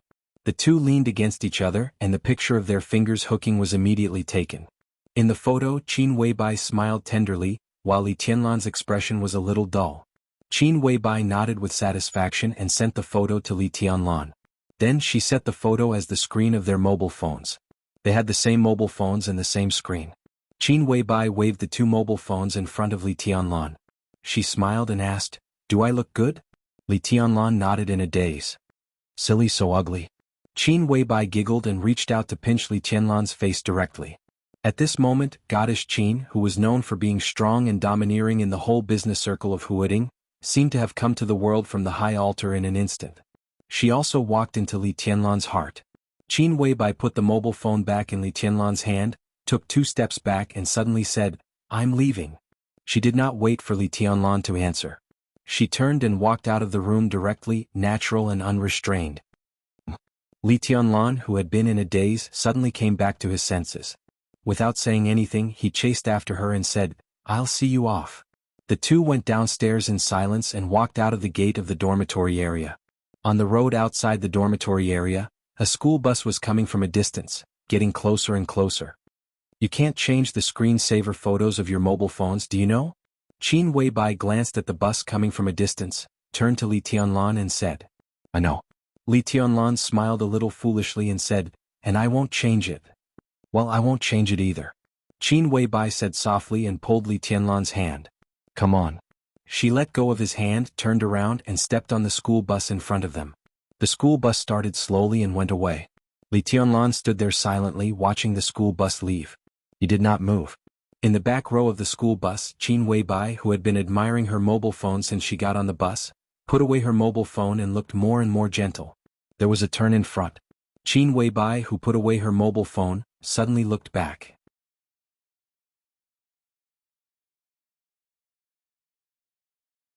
Chapter 8. It was still sunny in Huading in the morning, but the weather suddenly changed in the afternoon. Over the Sky Academy, the clear sky darkened at a very fast speed. The clouds were getting lower and lower, and the air began to become dull. The Sky Academy, which was originally very quiet because it was not the first day of school, also became even quieter. The rain poured down in buckets in the evening. Li Tianlan, who had dinner outside, was wandering around. The sudden heavy rain almost instantly drenched him. By the time he hurried back to the dormitory, his clothes had been completely soaked. This made Li Tianlan both distressed and annoyed. Although the clothes he was wearing looked ordinary, the price was not simple at all. Shirt, trousers, leather shoes, and underwear. Although Li Tianlan did not have any brand awareness, he clearly saw the price of these things when Qin Weibai bought them for him. They added up to nearly 50,000 renminbi, which was a fortune that could allow him to travel back and forth between Huading and the border countless times. Wearing them made him feel as if he was covered in banknotes from head to toe.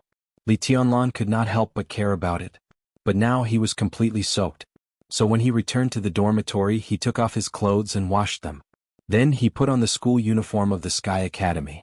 Although it was called a school uniform, it was actually a very ordinary camouflage uniform, but the color was lighter than the camouflage uniform of the ordinary army.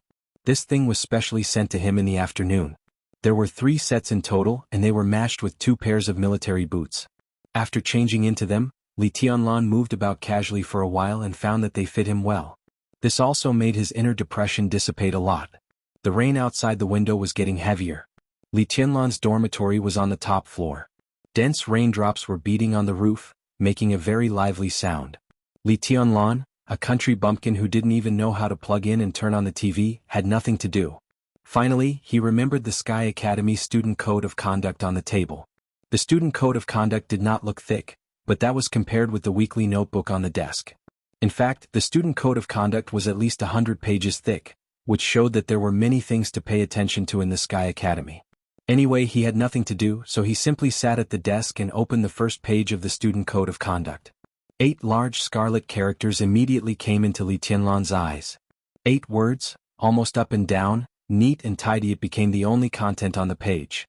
If you want to go to heaven, you must first go to hell. What the hell is this? Li Tianlan was at a loss. Advice? Encouragement? Or was it the school motto? No matter what it was, just from the literal meaning of these 8 words, Li Tianlan knew that his study life in the Sky Academy might be crueler than he had imagined. Li Tianlan's heart was as calm as still water. He silently turned the page, and the contents of the Student's Code of Conduct appeared on the second page. Chapter 1 of the Student Code of Conduct of the Sky Academy. Credit is omnipotent. Power, wealth, and deities were not omnipotent. Only academic credits were. In the Sky Academy, credits meant everything. In terms of confidentiality, the Sky Academy was definitely one of the military bases with the highest specifications in Jianghu State. Although it was named after the school, countless newly developed equipment, weapons, and defense systems of Jianghu State would be the first to be equipped with the Sky Academy. However, in addition to countless cutting-edge weapons and training bases on the island, there were also entertainment places for students, shopping malls, karaoke halls, and bars. What was even more exaggerated was that the Sky Academy even had a small playground. All these expenses did not require RMB but credits. Here RMB was useless. Credits were the only currency in circulation. Clothing, food, housing, and transportation, everything required credits. Similarly, the number of credits was also the only criterion to judge a student's performance. In the first month of school, new students would have 50 credits. However, none of these 50 credits could be used freely. Because even living in the dormitory was not free here. Living in the dormitory cost 1 credit a day, which meant 30 credits a month. In addition, taking the school bus back and forth from one training ground to another required 10 credits a month. The remaining 10 credits were used to buy a series of daily necessities, among which food occupied the majority. Because there was no canteen in the Sky Academy, there were only restaurants, and eating in restaurants also required credits. The amount of consumption was most directly related to what one ate. That was to say, if a student wanted to survive in the Sky Academy without any entertainment or other activities, he had to get at least 50 credits a month. Once the credits were negative and could not be made up within the prescribed time, then no matter who it was, he would directly lose the qualification to be a student, which was equivalent to being expelled. A student who was rejected by the Sky Academy basically lost his future. Credits were related to survival as well as future. The curriculum of the Sky Academy was a 3-year course, which was also a credit system. Within 3 years, any student, no matter how short his time in the school was, could graduate from the Sky Academy in advance as long as he had enough credits. 8,000 credits. This was the minimum number of credits needed for graduation in the Sky Academy. The graduation of the Sky Academy was divided into 3 levels: barely graduate, normal graduate, and perfect graduate. 8,000 credits could reach the level of barely graduate. A normal graduation would require 12,000 credits. And a perfect graduation required a total of 20,000 credits. Within 3 years, the students who accumulated the most credits among the perfect graduates had the qualification to create their own forces. The Sky Academy would directly report to the Ministry of National Defense and the Ministry of State Security. The forces created by the students were nominally under the leadership of the Ministry of State Security or the Ministry of National Defense, but in fact they were free to develop and expand.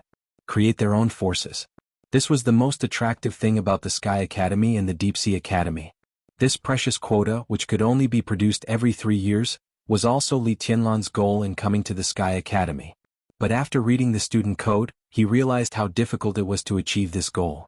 It was not easy to accumulate 20,000 credits to be a perfect graduate, not to mention to rank first among all the perfect graduates in terms of accumulated credits. There were various ways to earn credits in the Sky Academy. The most common way was to complete the daily courses and training tasks of the Sky Academy.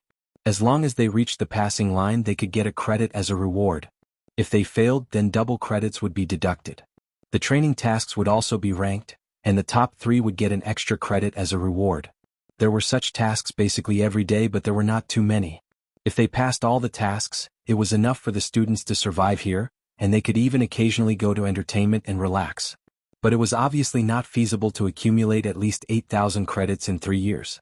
Therefore, in addition to the daily training tasks, there were also a large number of internal work tasks and field tasks within the Sky Academy. The so-called internal work was nothing more than doing odd jobs within the academy, such as mopping the floor, cleaning the toilet, organizing the library, and so on. In addition, the work of the senior sister who was responsible for the reception of the new students today and the senior brother who delivered the clothes to him today could also be regarded as internal work tasks. This kind of work could earn them about 1 or 2 credits a day. Obviously, the real experts did not care about this kind of task. They would only aim at the field tasks. But even the field tasks of the lowest difficulty were also risky. The Sky Academy would set different credit rewards for these tasks according to their difficulty. For example, the tasks of hunting down traitors, assassinating important figures of the enemy country, and going deep into the enemy's rear to fight obviously gave more credits than ordinary field tasks. The credit rewards were basically more than 100, and there were even tasks with hundreds of credits. This could be said to be the most rewarding task, but it was also extremely dangerous. The danger did not come from the enemy but from the colleagues. The field task system of the 2 special warfare academies, the Deep Sea Academy and the Sky Academy, was shared. Therefore, when the students of the 2 academies carried out the field tasks, they would often collide. There was only one task, so the 2 sides were bound to compete. If there was competition, there would naturally be fighting. In many cases, the students of the 2 academies fought for credits, even more fiercely than when they fought against the enemy. There was a lot of introduction about credits in the Student Code of Conduct, which occupied almost 1/3 of the content of the code. Li Tianlan's expression remained calm as he read the code page by page. Among the countless introductions to the tasks, there were 3 tasks with the highest credit rewards. The first one was the internal maneuver of the Sky Academy once a year. The maneuver began from the first stage to the end, spanning the whole year, and each stage had different credit rewards. The student who got the first place would be rewarded with up to 600 credits. The second one was the annual maneuver between the Sky Academy and the Deep Sea Academy. The student who got the first place would be rewarded with 1,000 credits. However, the 1,000 credits might be rewarded by the Sky Academy to its own students or by the Deep Sea Academy to their students. The third task also had a reward of 600 credits, but the content of the task surprised Li Tianlan. The weekly task. He would record it every week and hand it in every month, and the credits would be issued every year, 200 credits at a time. With such a high score, no wonder Qin Weibai would say that the weekly task was one of the most important tasks of the Sky Academy. Li Tianlan shook his head and put down the Student Code of Conduct in his hand. Out of the corner of his eye, he saw the blue notebook beside his hand. He hesitated for a moment, opened the notebook and picked up the pen on the table. At this moment he wanted to write his first weekly note after coming to the Sky Academy, but the heavy rain outside the window was rumbling. For a moment he didn't know what to write. At this moment he thought of the dense primeval forests around the border, the desolate camps on the border, the high-rise buildings in downtown Huading, the dazzling shopping malls in Huading, and the long task list in the Academy's handbook. Li Tianlan's eyes were calm and deep. Listening to the rain outside the window, he sat motionless in the chair. Time passed slowly. 8 o'clock in the evening. 9 o'clock. The rain outside the window was getting heavier and heavier. The heavy rain hit the ground hysterically, and there seemed to be no second sound in the whole world. Li Tianlan, who was expressionless, took a deep breath and finally put pen to paper. At the same time, amidst the violent rain, a figure carrying a suitcase appeared at the door of the first unit of the first block in Area A. This was an extremely burly young man in his 30s. He had short hair and a rough appearance. He was not wearing a raincoat or holding an umbrella. He stood silently at the entrance of the unit, ignoring the rain as if it was nothing. He only raised his head and stared at the top of the building with a pair of bull eyes. The glaring lightning flashed across the sky, and the light instantly made his face pale. He still stood silently, looking at the only room on the 6th floor with the light on, thoughtfully. I can't believe it. I'm a teacher of the Sky Academy. Damn it, how could I sneak over to test a freshman in the middle of the night? What's Sister Qin thinking? It's too shameful to tell others. This weekend you have to keep it a secret for me or my reputation will be ruined. The burly young man adjusted the headphones on his ears and said in a dry voice. He was at least 2 meters tall, and standing at the door made a strong impact, but his tone was full of reluctance. You've got no reputation at all. Hurry up and get to work. Don't waste time. And Jia, I personally suggest that you'd better be careful in this operation. You don't know the background of this freshman, but he's someone that Sister Qin pays attention to. How can he be simple? If you're defeated by this freshman tisk, it'll be a big highlight. In the headphones, a playful laugh sounded, full of gloating. Bullshit, he's just a freshman. How strong can he be? He's just a rookie. Do you want to make a bet? And Jia sneered with a disdainful look. F*CKU. You also know that the target is a rookie freshman? You want to make a bet? You're really shameless. Hurry up and get to work. Sister Qin is so patient. If you can't do it quickly, hey. In the headphones, the man called Weekend chuckled. And Jia shook his head helplessly, sighed, carried his suitcase, and reluctantly walked into the door of the unit. At the same time, he muttered to himself, this job is really boring. It's so boring. His body was huge, but it was as light as a feather. There was not the slightest sound when he walked. His burly body seemed to be flashing in the corridor. In a few seconds he had already reached the rooftop from the first floor. The rain on the rooftop was heavier and the wind was stronger. The raindrops all over the sky hit in Jia's face. He just casually wiped his face, squatted on the ground, and opened the suitcase in his hand. There was a glass screen about 30 to 40 centimeters in size in the suitcase, and there was a red button below the screen. And Jia pressed the button without hesitation. Under the beating of the rain, the screen in the suitcase lit up without being affected at all. On the screen, a red figure was clearly reflected, and the figure seemed to be writing something on the desk. Good boy, you started to keep a weekly diary so early? You're quite diligent. And Jia chuckled, opened a secret compartment in the suitcase, and pulled out a golden metal stick, which was about the same length and thickness as a chopstick. He pulled the metal stick with both hands, and the metal stick suddenly extended to dozens of centimeters long. Without hesitation, Jia came to the top of the red image and plunged the metal stick directly into the ground. The solid concrete roof was like tofu, and the metal stick was not hindered at all. It directly pierced into the roof made of concrete and went straight down until the tip of the stick disappeared. The screen in the suitcase flickered. In an instant, all the scenes in Li Tianlan's bedroom appeared on the screen. And Jia's smile had just appeared at the corner of his mouth when it suddenly froze in the next second. In the bedroom below, the rookie freshman, who should not have noticed any of his actions, suddenly raised his head almost at the moment when he plunged the metal stick into the rooftop. His eyes looked directly at the roof. In an instant, Jia felt his scalp go numb, and a chill spread directly from the soles of his feet to the top of his head. On the screen, the rookie freshman, who looked delicate and weak, had already stood up. His eyes, which had been calm and gentle a second ago, had changed completely in the twinkling of an eye. Those were supposed to be a pair of clear and soft eyes, but at this moment, there was an unparalleled demonic and piercingly cold look in them. And Jia had never seen such a demonic look before, but he subconsciously sensed great danger. It was the instinctive fear of death that any life had. There was no way to escape, no way out, and only despair. On the screen, a silver metal pipe, which was less than 10 centimeters long, slipped from the freshman's cuff and fell directly into his hand. The metal pipe was evenly thick and could be held firmly by hand. As Njia's pupils contracted, the freshman below suddenly swung his hand. The metal pipe in his hand suddenly extended, and a long spear more than 2 meters long appeared in his hand. In the bedroom, Li Tianlan's eyes became more and more demonic. He held the spear with one hand, aimed it at the roof, and thrust it straight at it without hesitation. Outside the window, it was raining heavily, and thunder suddenly rumbled. The spear in the room went straight through the sky. The silver spear pierced directly into the roof. With a loud bang, a big hole with a diameter of nearly 3 meters suddenly appeared on the thick roof. Rain fell from the hole, but a large piece of the roof, which was made of reinforced concrete, was broken into countless stones, which continued to shoot into the air. Li Tianlan's figure had already rushed out of the hole in the roof. His eyes were directly fixed on Njia, who was hiding on the rooftop in a panic. Without any nonsense, the silver spear smashed the rain all over the sky and directly smashed down. It happened almost at the same second. In Li Tianlan's bedroom, tiny but extremely dazzling electric arcs began to flash at the wardrobe. The air in the bedroom began to twist slightly in a shape visible to the naked eye. A mature, plump, and beautiful figure appeared directly in the flashing electric arcs. With just a slight step, she had already appeared beside the desk. She had been standing at the wardrobe in the bedroom for a long time, but Li Tianlan didn't notice her at all. The woman's fair and beautiful face was expressionless.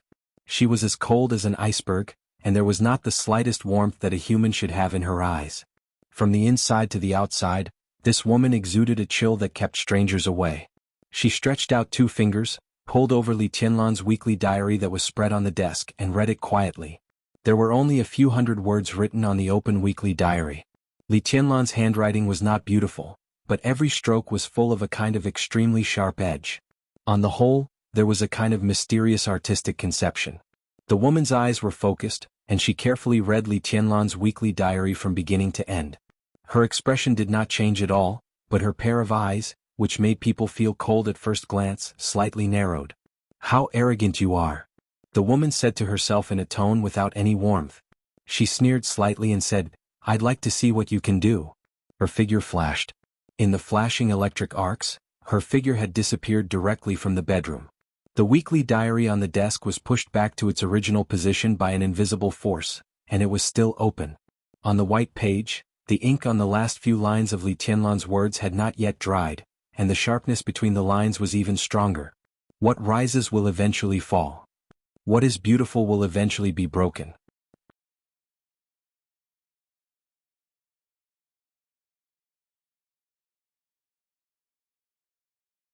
Chapter 9. Run. The faster I run, the better. This was the only thought in Njia's mind. At this moment, the heavy rain, the deafening thunder, and the stones and steel bars that had been blown away on the rooftop had completely disappeared from his eyes. A 2-meter-long silver spear had completely occupied his mind. This was a long weapon with a rather domineering shape. The feature that it could shrink was obviously more convenient for its owner to carry.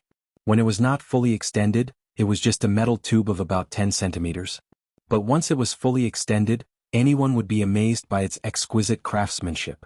The 2-meter-long spear body was completely extended from the handle of about 10 centimeters, but the thickness was almost exactly the same, which did not affect the feeling of holding it at all. What frightened Njia even more was the spearhead of the silver spear. The spearhead was slender and had no tassels.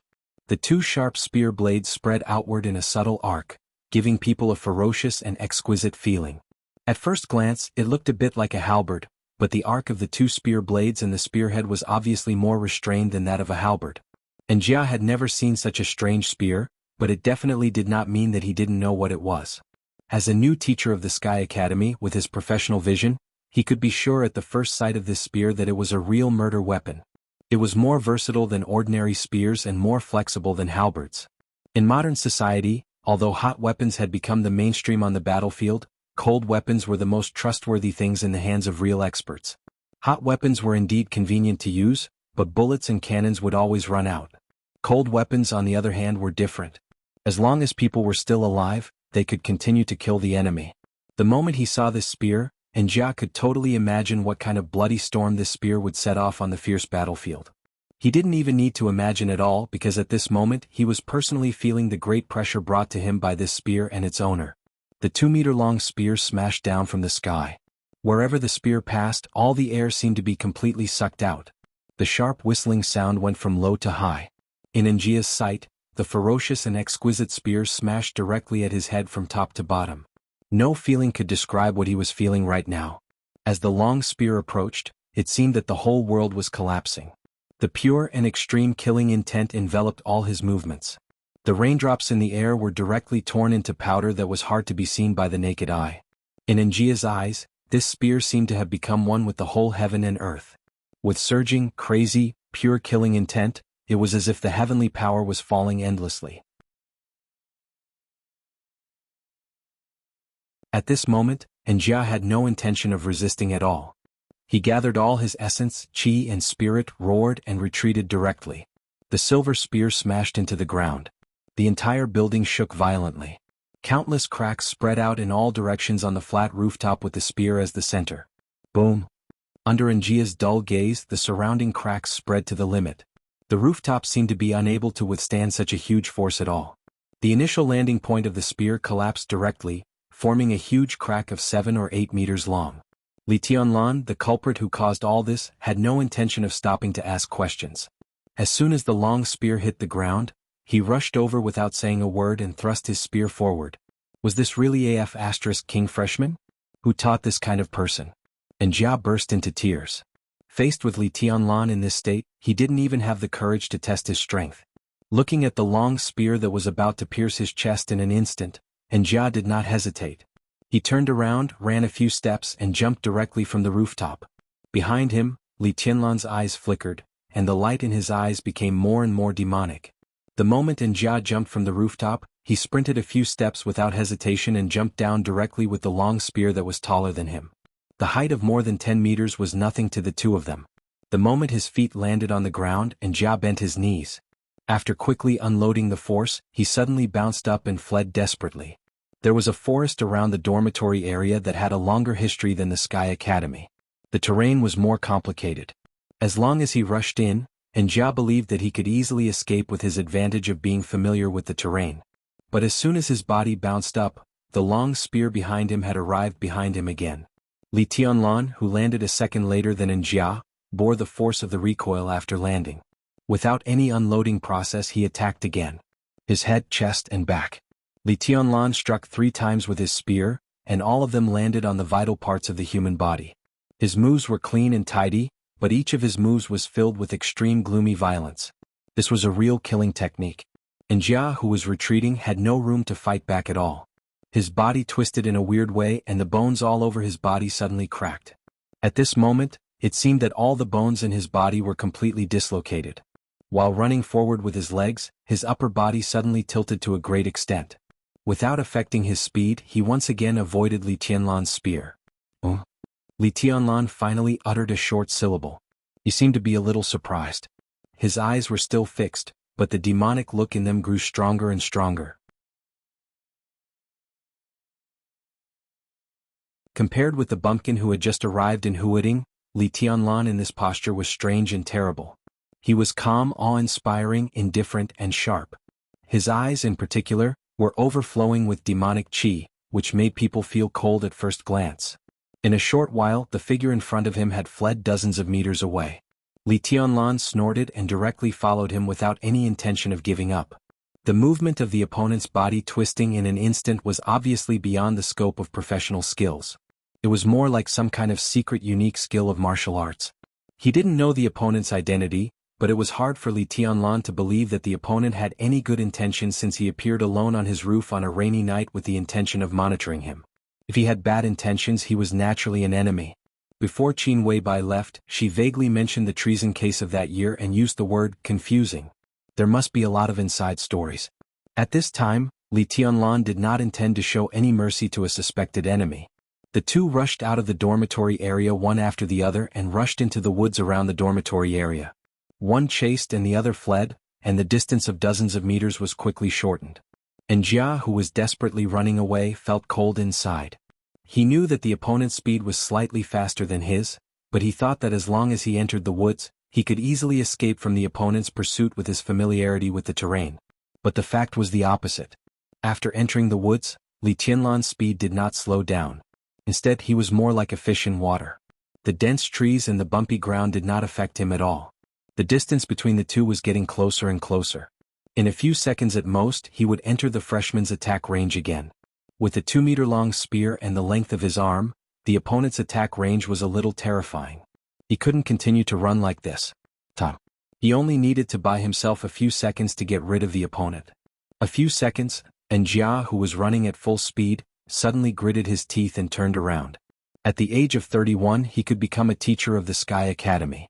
Although he was not very experienced, it showed that he was by no means a weakling. Although he admitted that he was no match for Li Tianlan, and Jia felt that he could completely block him for a few seconds. He suddenly turned around and stopped moving. And Jia, who had been very close to him, was instantly approached. Li Tianlan was expressionless, but the killing intent in his heart was unprecedentedly firm. The silver spear stabbed straight. And Jia, who looked solemn as if he was facing a formidable enemy, no longer held back and attacked with all his strength. He jerked his hands in the air. In an instant, the rain falling in the woods seemed to all stop. Crack! The sound of something freezing rang out. An ice wall with a thickness of at least 1 meter suddenly appeared in front of Li Tianlan. The hot and humid air instantly became chilly. Li Tianlan's eyes became more and more demonic and cold. Although he could feel that the opponent was not weak from the speed of his escape, he found that he still underestimated the opponent. The void turned into an ice wall. This was not a special ability, but an expert in the ice-condensing realm of the 4 realms of martial arts. The ice wall was more than 1 meter thick. Although it was made with the help of the rain, Li Tianlan could completely conclude that the opponent's strength had definitely completely surpassed the chi-controlling realm and had completely stabilized in the ice-condensing realm. For most people, the 4 realms of martial arts were a mysterious realm of martial arts that they could only dream of. Even the chi-controlling realm, the most basic of the 4 realms of martial arts, was a high and mighty figure in the eyes of ordinary people. Condensing chi into a blade was the most basic sign of an expert in the chi-controlling realm. The chi here did not refer to things like internal force and qigong, but the air around the body. An expert in the chi-controlling realm could completely use the strength of his muscles and bones to compress the air in front of him to the extreme in an instant burst. The greater the strength and the faster the speed, the higher the degree of compression of the air. When a person's strength and speed broke through a certain limit, in an instant burst, his hands did not even need to attack the enemy, but the compressed air in front of his hands could hurt the enemy. This was condensing chi into a blade, also known as the chi-controlling realm. Compared with the chi-controlling realm, the ice-condensing realm was more advanced. As everyone knew, there was a small amount of water and steam in the air, and the strength and speed of an expert who had surpassed the chi-controlling realm had already reached a level that ordinary people could not fathom. Such an expert could completely condense all the water in the nearby air in an instant when he exerted his full strength. Condensing water into ice was the sign of the ice-condensing realm. Now the ice wall that suddenly appeared in front of Li Tianlan was more than 1 meter thick. Even with the help of the rain, it was not something that an expert who had just entered the ice-condensing realm could do. What a big move. Li Tianlan's tone was cold and he finally spoke. As he spoke, he did not slow down his movements at all. Without any hesitation, the straight silver spear stabbed into the ice wall in front of him. Boom. The raging power vibrated wildly. The falling rainwater within 3 meters of Li Tianlan's body all rose in an instant. The ice wall in front of him, more than 1 meter thick, turned into ice cubes in the blink of an eye like tofu. Several thick trees inside the ice wall were directly broken into sawdust under the vibration of the huge force. Amid the sawdust and ice cubes all over the sky, Li Tianlan, who had also exerted his full strength, took a step forward and rushed toward Jia with the spear in his hand still in a stabbing position. The spear moved with the person and the person moved with the spear. At this moment, Li Tianlan seemed to have become a part of the spear. With a violent killing intent that was enough to tear apart all obstacles, he rushed straight toward Jia. His target was still his heart. Irresistible and unstoppable. This was a kind of truly invincible momentum, invincible and invincible. Anyone or anything that dared to stand in its way would be torn to shreds by this spear in an instant. There was no leeway and no way out. This was Li Tianlan's martial arts, just like his life. And Jia, who had vowed to bet with his companions a few minutes ago and thought that Li Tianlan was a rookie, was scared out of his wits. Under this extremely terrifying spear, he could not even breathe, let alone dodge it. Help! He stared blankly at the spear that was getting closer and closer to him. He opened his mouth and finally let out a dying moan. The spear was about to pierce into Njia's chest. "Stop, bastard." An anxious and angry shout was heard, followed by the sound of a gunshot. The gunshot echoed in the dense forest.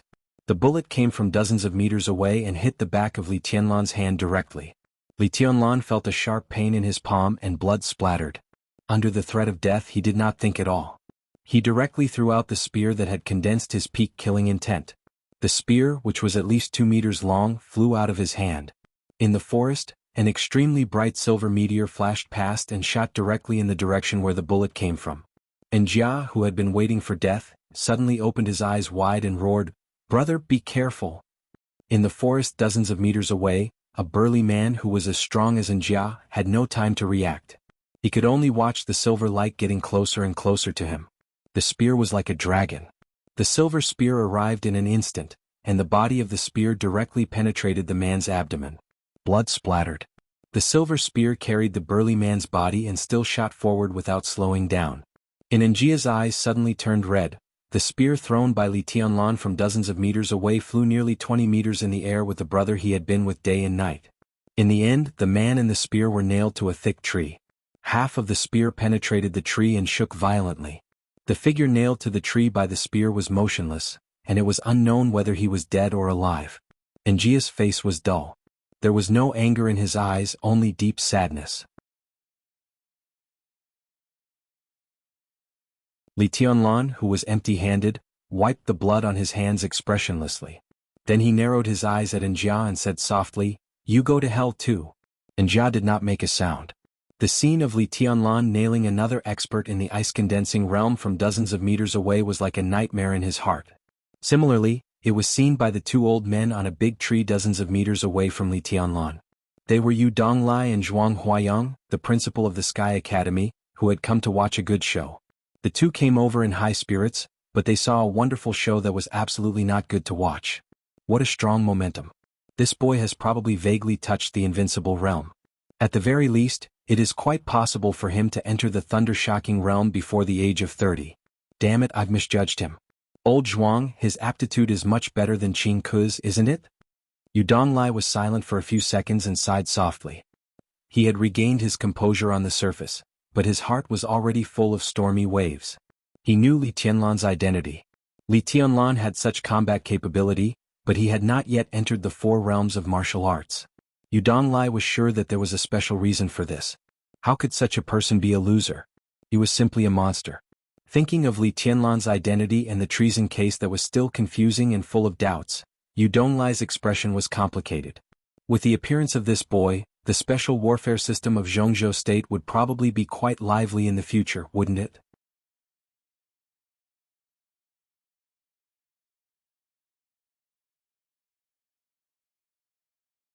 Chapter 10. Njia was not afraid of death. If he was afraid of death, it would have been impossible for him to enter the ice-condensing realm in his early 30s with ordinary aptitude. The 4 realms of martial arts could only be entered by those who were not talented or courageous. Njia's strength was enough to prove his indomitable passion. So when he saw his brother nailed to the tree by a spear, there was no fear in Njia's heart, only endless sorrow. He didn't even hear Li Tianlan's words. He had subconsciously rushed in the direction of his sworn brother. The killing intent in Li Tianlan's eyes did not diminish. He suddenly reached out and grabbed Njia's neck. The killing intent in his heart surged wildly. He attacked with all his strength. If this claw really fell on Njia, the defenseless Njia would not even have a chance to struggle before he died. Li Tianlan did not move. He stretched out one hand with a cold and violent look. A thin and weak electric arc suddenly lit up in the blink of an eye. Li Tianlan closed one hand and directly tore off Njia's collar from behind. Njia's body was dragged forward 6 or 7 meters by a sudden force. Electric arcs flashed in the air. With Njia as the center, the rainwater within a radius of more than 10 meters shot in all directions. The raindrops were like swords hitting the surrounding trees. 7 or 8 trees of different thicknesses fell in response. When the raindrops hit the trees, there was a smell of burning charcoal in the air. In Li Tianlan's sight, Njia's body was wrapped in a strong force and was still moving rapidly. In the blink of an eye, he had reached the side of the silver spear dozens of meters away. The air was obviously distorted, and the electric arcs flashed like lightning. The rain in the air poured down like a waterfall. Through the woods and the rain, Li Tianlan vaguely saw a plump and beautiful figure suddenly appear in the air surrounded by electric arcs behind Njia beside the long silver spear dozens of meters away. One of her hands was still holding Njia's arm tightly. A cold and gloomy gaze fell directly on Li Tianlan's face. Li Tianlan took a step forward subconsciously with a cold expression. The demonic sharpness in his eyes almost pierced through the rain and went straight into the other's eyes. The pupils of the woman who suddenly appeared and saved Njia's life suddenly contracted. Among the people present, she was probably the only one who noticed a detail that was easily overlooked. In a situation where she had already displayed her terrifying strength, the moment the new student saw her, his subconscious reaction was not to retreat, but to advance. Behind this intense aggressiveness was an eternally burning desire to fight and a will to attack. Swift and domineering strength, an aura that would rather die than retreat, and a will that was as hard as steel. Such a person was almost flawless in martial arts. No flaws meant invincibility. Could it be that he had already touched the invincible realm? A freshman who seemed to have touched the invincible realm before entering the four realms of martial arts? The woman took a deep breath, and her plump chest rippled in the rain, forming a seductive arc. She ignored Li Tianlan and began to check the condition of the subordinate who was nailed to the tree trunk by the silver spear. Sister Qin, quick, save Zhou. Njia, who had been rescued from the brink of death, finally came to his senses and shouted excitedly. Don't worry, he won't die. Qin Ku said coldly and frowned slightly. Her seemingly delicate palm fell on the body of the silver spear, and she suddenly pulled out the silver spear that was nailed to Zhou's abdomen. A large amount of blood gushed out of Zhou's abdomen. The silver spearhead was strange. When it was suddenly pulled out, an equally strange wound was left on his abdomen. The spear blade was dripping with blood and seemed to have cut off his intestines. There was a flash of killing intent in Qin Ku's eyes. Before she could speak, Njia had rushed over and sealed the penetrating wound on Zhou's abdomen with ice in his hands. Take him to the hospital. Qin Ku ordered in a cold voice, but her eyes became a little serious. The moment the long spear was in her hand, her palm suddenly sank. The silver spear, which looked light, actually weighed at least 50 kilograms. It could be seen that the freshman not far away was much more powerful than she had imagined. I didn't let them go. I'll see who dares to move. A soft and deep voice came. At a distance of tens of meters and through the heavy rain, Li Tianlan's voice seemed to ring in their ears. It was elegant and calm with extreme danger and strangeness. Njia, who had planned to leave with Zhou, suddenly froze.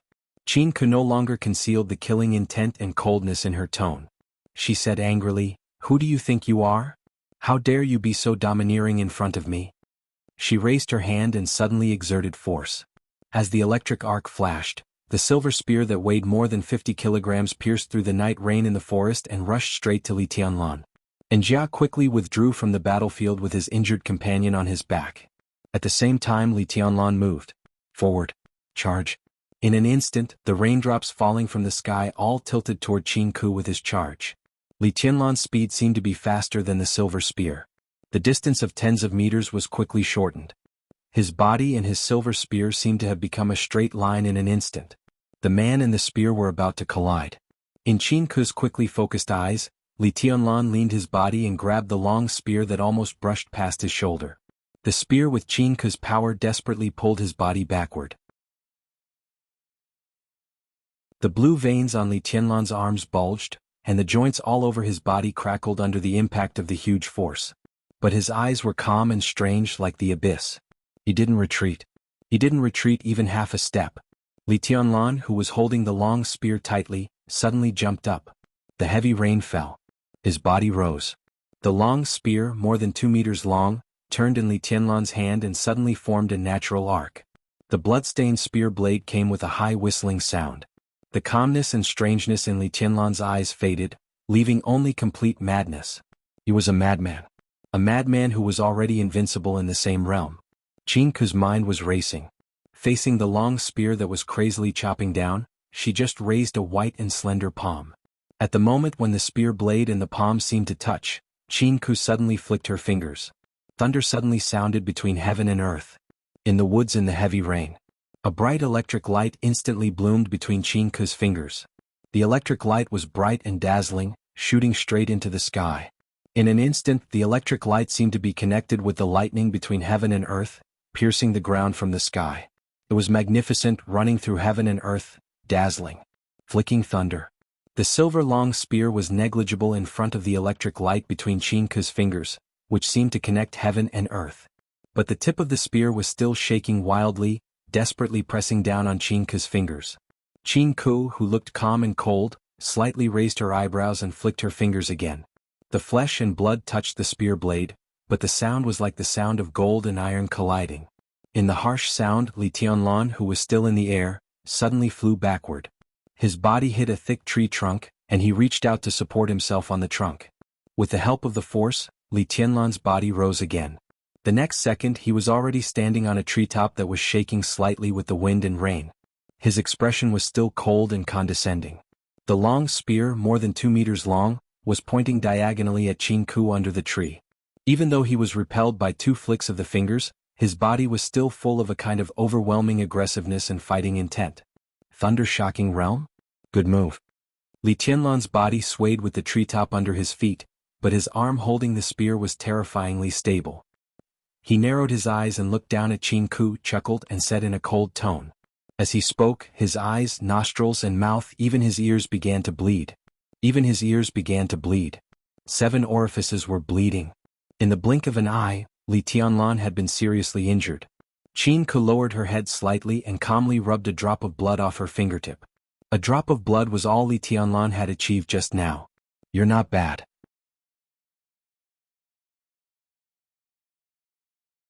You have such strength before entering martial arts. When you enter the thunder-shocking realm, I'm afraid you'll be invincible under the invincible realm. Jianghu raised her head and looked at Li Tianlan, who was bleeding from 7 orifices, and said indifferently. She was telling the truth.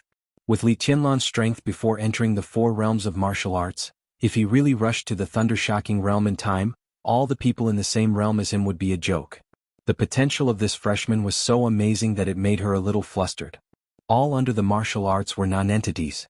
The correct interpretation of this sentence should be that all under the chi-controlling realm were non-entities. And she was an expert of the thunder-shocking realm. The thunder-shocking realm, which was second only to the invincible realm, was a rare super high-end combat capability for all countries in the world. Not to mention dealing with a non-entity who had never entered martial arts, even dealing with an expert of the ice-condensing realm or the fire-flaming realm was a piece of cake. But now, Li Tianlan, a freshman who had never entered martial arts, made her bleed tonight. What terrifying potential did he have? Although tonight's battle was not the same as a battle of life and death, and she didn't do her best for some special reasons, even so, Li Tianlan's potential was enough to frighten people. He might become the 3rd expert of the invincible realm in the decades since the founding of the Sky Academy. That would be the glory of the entire Sky Academy. Thinking of this, Jianghu's eyes softened a little. I'm sure. Li Tianlan looked at Jianghu coldly and said in a gloomy tone, if I enter the thunder-shocking realm, you won't even last a minute under my hands. So this is the reason why you came to kill me tonight? In order to pose a greater threat to you, are you going to kill me in advance? Jianghu frowned slightly. She finally realized that something was wrong. Everything tonight seemed to have been misunderstood by Li Tianlan into a big misunderstanding. For her, everything tonight was just a freshman test, but in Li Tianlan's mind, it seemed to have become a vendetta. No wonder he was so ruthless. If she hadn't come in time, neither Zhou Zhou nor Jia would have survived tonight. Who wants to kill you? Do you have any enemies outside? Thinking that it was a misunderstanding, Jianghu suddenly felt that it was necessary for her to explain clearly.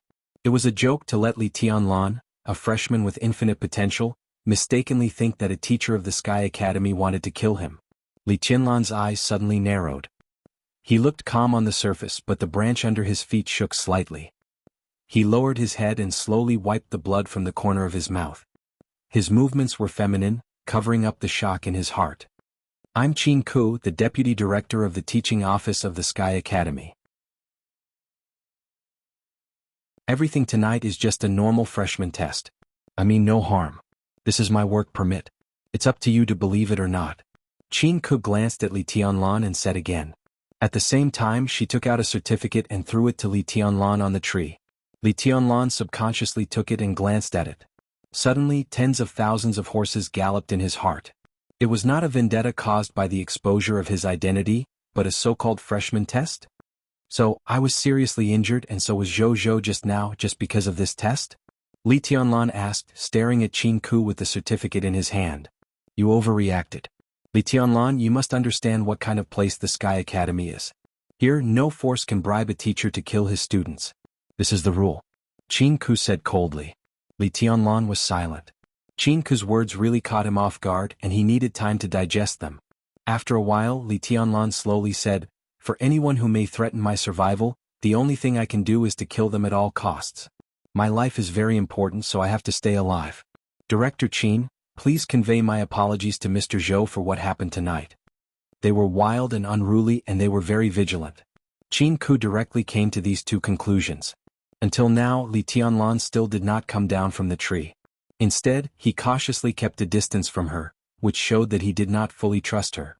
Moreover, the explanation he gave was harsh enough. At least when Qin Ku heard it, she felt a little uncomfortable.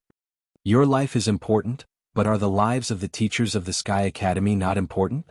Qin Ku took another deep breath and said in a sarcastic tone. What does it have to do with me whether their lives are important or not? Li Tianlan lowered his eyes and said in a cold tone. Qin Ku flew into a rage, but she forced herself to restrain herself. Indeed, Li Tianlan did not know Zhou Zhou at all. Zhou Zhou's life and death had nothing to do with him, but was that all? Li Tianlan cherished his life so much. If his brothers and comrades around him were also in a life and death crisis, what choice would he make? Qin Ku took a deep look at Li Tianlan. This problem needed to be slowly observed in the next few years. Fortunately, there was still time. If there's nothing else, I should go back. Miss Qin, my bedroom is seriously damaged. If possible, I plan to apply for a new dormitory. Li Tianlan's tone became calm and gentle again. At this moment, he seemed to put on a harmless mask again. Make do with another room tonight and I'll change it for you tomorrow. Qin Ku said in a cold tone. The accommodation in the Sky Academy was still very abundant, so it was naturally not a problem to change dormitories. Thank you. Li Tianlan thanked her with a smile and reached out. The long spear pointed at Qin Ku suddenly shrank into a metal tube more than 10 centimeters long and was put into his sleeve. Qin Ku's eyes moved. She was obviously a little curious about this exquisite but extremely heavy long spear. She asked casually, What's the name of this spear? It's called Human Emperor. Li Tianlan glanced at Qin Ku and replied in a gentle tone. Human Emperor? Qin Ku raised her eyebrows, and her eyes instantly became extremely strange. Qin Ku raised her eyebrows, and the look in her eyes instantly became extremely strange. Li Tianlan asked in confusion. Do you know the 12 murderous weapons of the Dark World? Do you know the 12 murderous weapons of the Dark World? Qin Ku's expression became more and more strange. It had to be said that she was indeed an extremely beautiful woman. It was just that her usual expression was too cold. When she slightly revealed some human-like expression, it immediately made her charm rise by a few levels. However, after getting to know Qin Weibai, Li Tianlan already had a detached mentality that treated other beauties as fleeting clouds. His heart was as still as water. He shook his head casually and said, Never heard of her. About 15 years ago, Night Spirit, a super force in the Dark World, went east to Jianghu State in order to snatch a top-secret blueprint of a military project. One of the two dominators of Night Spirit, Heaven Heart, an invincible realm expert, personally took action and started a massacre at the border of Jianghu State. A patriarch of a top noble family in Jianghu State went to fight. In the end, he killed Tian Xan, an invincible realm expert of Night Spirit, with one shot in the sky 20,000 meters away. Tian Xan was smashed to pieces and no bones were left. Do you know what weapon that patriarch used? Qin Ku asked slowly. Her tone was still cold and indifferent, yet her eyes were suffused with the color of fervor, and it was the adoration and respect towards absolute experts. Didn't you say it yourself? Shoot them with a gun. Li Tianlan was also shocked, but his tone was still steady. Yes, he used a gun, but it was different from your long spear. He used a sniper rifle. Coincidentally, that gun is also called Human Emperor, the first of the 12 murderous weapons of the Dark World. Such an outstanding person and such a famous gun are worthy of the name Human Emperor. As for you and your weapon. Qin Ku paused and did not continue. Li Tianlan also fell silent, but the Human Emperor that he had put into his sleeve fell into his palm again, and he held it tightly.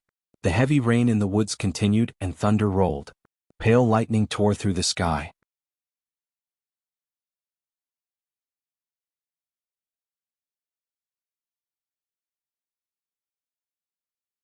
Chapter 11. As the official opening time approached, the campus of the Sky Academy gradually became lively. In fact, it was relatively lively. The campus of the Sky Academy was extremely large. It was dozens of kilometers in length from east to west and width from south to north. There were less than 3,000 teachers and students scattered on the vast land. It was not an exaggeration to say that the land was vast but sparsely populated. In the absence of unified action, the campus seemed empty most of the time. Fortunately, the dormitories in the school were relatively dense. All the teachers and students were gathered in one area. As more and more freshmen entered the school, the endless stream of freshmen directly added a lot of noisy atmosphere to the school at mealtime every day. This was almost a scene that Li Tianlan had never seen since he was a child. Except for seeing so many people at the station when he first arrived in Huading, this was the first time he had come into contact with such an environment. Different from the boring and numb border, this was facing the sea where spring was warm and flowers were blooming. Here, the sun was warm and the breeze was blowing. Here, the grass was like a carpet, the flowers were in full bloom, the smiles were bright, and the youth was flying. The competitive environment inside the Sky Academy was extremely cruel. But for Li Tianlan, everything here was like heaven. After a lifetime, peace and joy filled his heart most. It was the 6th day of school. For nearly a week, Li Tianlan would take a certain amount of time to go out and have a look every day.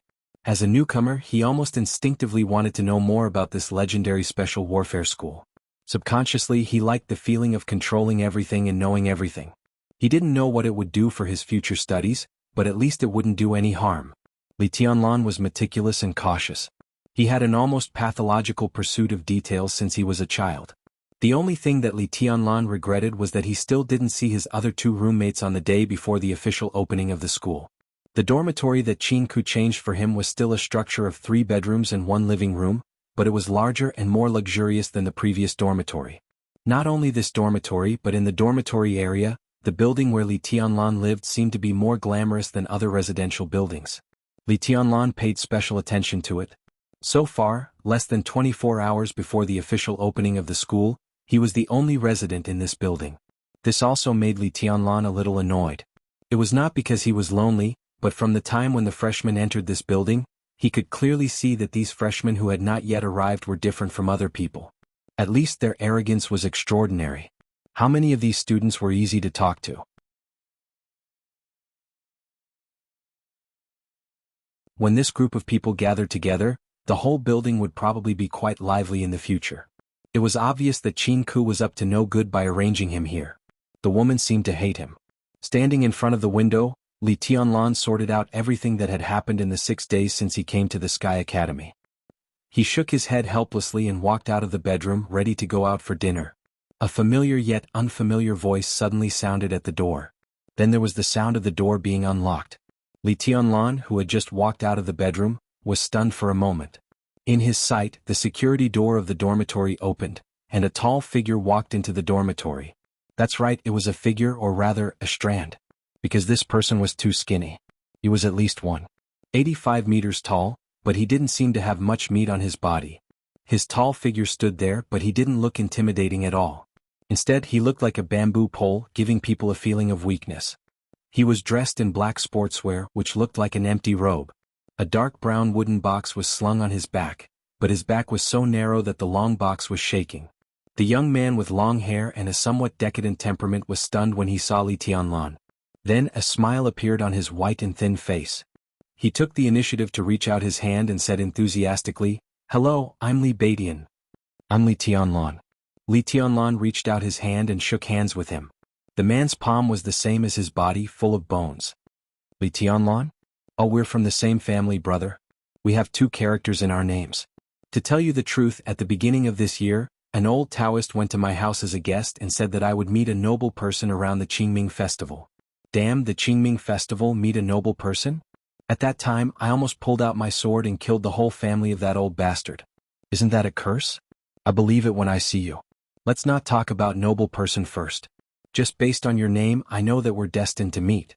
I knew we were fated to meet. Hey, should I change my name? My name is Li Tianbai. If we go out like this, will people think that we're brothers? Forget it, the name Li Tianbai is too ugly. How domineering is Li Badian? What do you think? How about you change your name to Li Lan Tian? That's better. Li Beidian grabbed Li Qianlan's hand and shook it hard. The smile on his thin face was bright and he talked non-stop. Li Qianlan's expression was stiff. It was the first time in his life that he had seen such a super familiar person. It was quite an eye-opener. However, this kind of familiar character was much easier to accept than the arrogant character he had expected. The corner of his mouth moved and he laughed dryly. There's no need to change my name. Even if I don't change my name, we're destined to meet.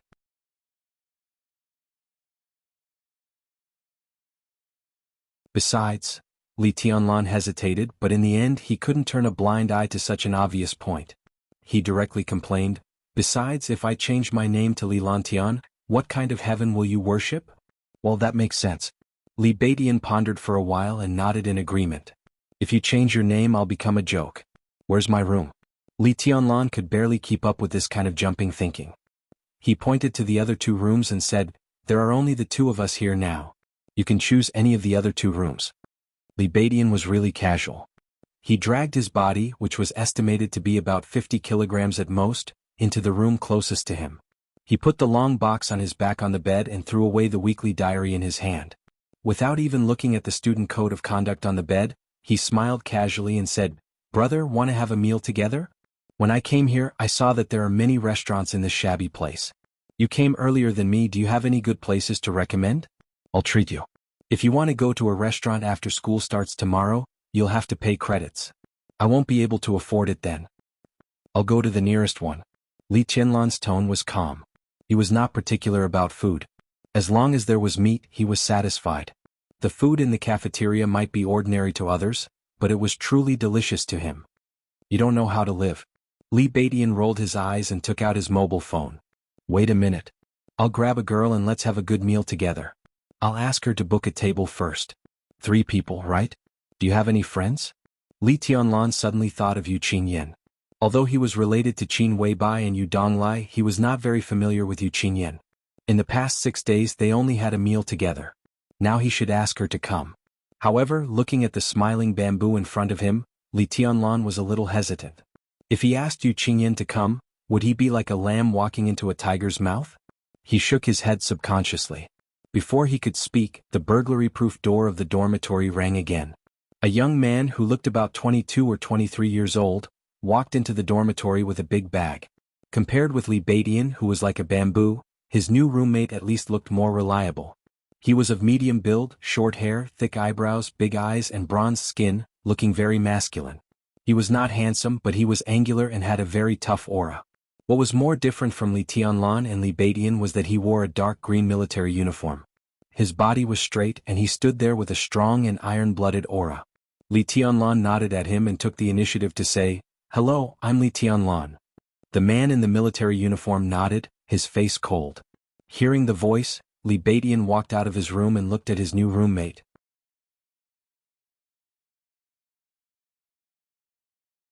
He raised his eyebrows slightly and his eyes stopped at the badge on his shoulder. He smiled and said, "Not bad, brother. You're already a major at such a young age? You don't look older than me. Which army are you from?" Border Control Corps, Ning Qianqing. The major was a man of few words. When he mentioned the Border Control Corps, his words were full of clear pride. Li Qianlan's eyes narrowed slightly. He lived at the border all year round and did not know much about the outside world. However, he knew something about the Border Control Corps. The full name of the Border Control Corps was the Border Praetorian Corps of Jianghu State. It was responsible for setting up defenses and guarding the borders of the entire Jianghu State. It had a total of nearly 600,000 soldiers and could be said to be the most elite large army in the entire Jianghu State. Its combat effectiveness was well-deserved. Once a war broke out, the entire Border Control Corps would be the front line of the entire Jianghu State. The camp where he grew up was near the border between Jianghu State and Annan State. There was also a Border Control Corps station dozens of kilometers away from the camp. TSK. Impressive. A major of the Border Control Corps. You're very valuable. Which army are you from, brother? Li Beidian exclaimed and moved closer to Ning Qianqing, laughing. Thunderbolt Battalion, Deputy Battalion Commander of the Guards Camp. Ning Qianqing's tone was indifferent, but his pride was becoming more and more obvious. Someone close to Marshal Dongqing? Li Beidian froze for a moment.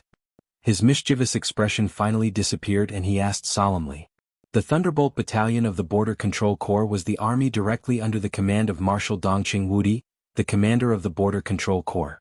The guards camp of the Thunderbolt Battalion was responsible for the safety of the senior officers of the Thunderbolt Battalion. Ning Qianqing was able to become the deputy battalion commander at such a young age.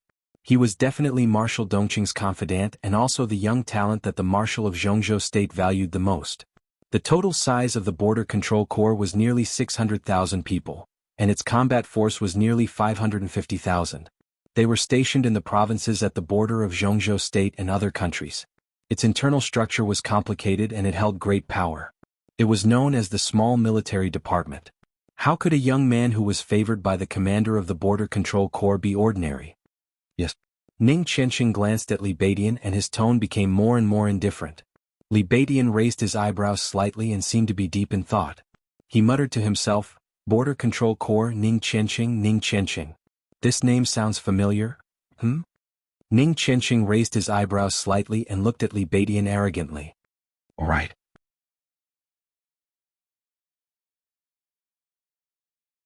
Li Beidian suddenly slapped his head. Ning Qianqing of the Border Control Corps Drunbility Qing. Are you Drunbility Qing? Drunbility Qing, Li Tianlan, who was watching from the side, twitched the corner of his mouth and almost burst out laughing. Li Beidian ignored Ning Qianqing's almost spitting fire eyes. With an excited face he chattered on, I've long heard of your name. You're Drunbility Qing, aren't you? I heard that you love to show off and can do anything. People in Jianghu call you Drunbility Qing or Brother Drunbility. I've heard a lot about you. Now that I've seen you today, you really live up to your reputation. Ning Qianqing was speechless. Live up to his reputation? What the hell did that mean? Was his performance just now very pretentious? How did this damn bamboo pole in front of him hear that damn nickname? Wasn't that nickname supposed to be something that only circulated in a small circle? Who are you? Ning Qianqing looked at Li Beidian with his teeth clenched. He wanted to skin him alive. Me? Oh, I'm Li Beidian. I don't think you've heard of me. Li Beidian patted Ning Qianqing's shoulder and greeted him casually. Come, Tianlan, let me introduce you. This is Drunbility Qing, you can also call him Brother Drunbility. Brother Drunbility is famous for his skill in acting tough. Of course, his strength is also unfathomable. He's one of the top 10 experts of the younger generation, much stronger than me. I'm Ning Qianqing. The muscles at the corner of Major Ning's eyes twitched wildly. He was about to roar. This was Drunbility Qing? What kind of bullshit introduction was that? Yes, Drunbility Qing is the same. Brother Drunbility, stop acting tough. It's our first time meeting and I'm very reserved. I don't understand your profound artistic behavior. Li Beidian laughed and put his arm around Li Tianlan's shoulder. Hello, Major Ning. Li Tianlan smiled and extended his hand. His eyes were gentle and clear. He didn't mind treating a real soldier, especially one who dared to fight at the border with 120% respect. Hello, Tianlan. Hearing that Li Tianlan didn't call him Brother Drunbility, Ning Qianqing's expression relaxed and he had a good impression of him. He was really tired of hearing the name Drunbility Qing. However, those who used to call him that were his friends and he couldn't turn against them. In his opinion, it was a dark history. Hey, Drunbility Qing. Don't call me Drunbility Qing. Okay, Brother Drunbility. Don't call me Brother Drunbility. I'm not your brother. Li Tianlan smiled and shook his head. He didn't move, but he felt his phone vibrate slightly in his pocket. He took out his phone and opened it. On the screen, a photo of him and Qin Weibai snuggling together and hooking fingers appeared. Li Tianlan's eyes softened instantly. On the screen there was a message from Qin Weibai.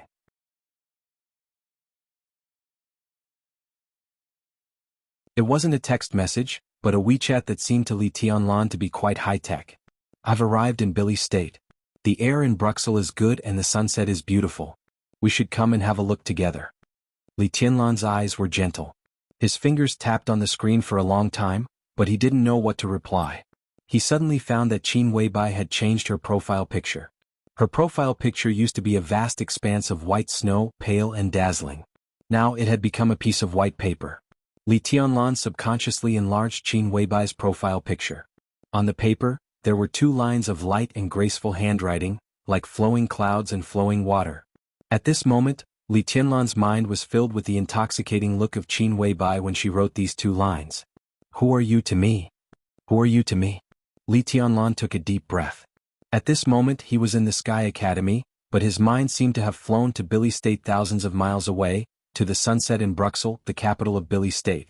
The sunset there was beautiful, but the beauty beside him was even more beautiful. It was a very strange and comfortable feeling.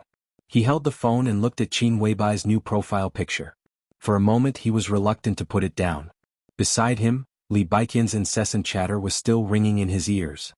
It's okay not to call you Drunkard Qing, but Drunkard Qing, you even refuse to call me Brother Drunkard. It's hard for me to understand. Tell me, what should I call you? By the way, I heard that the officers of the Border Control Corps all have code names? Tell me, what's your code name?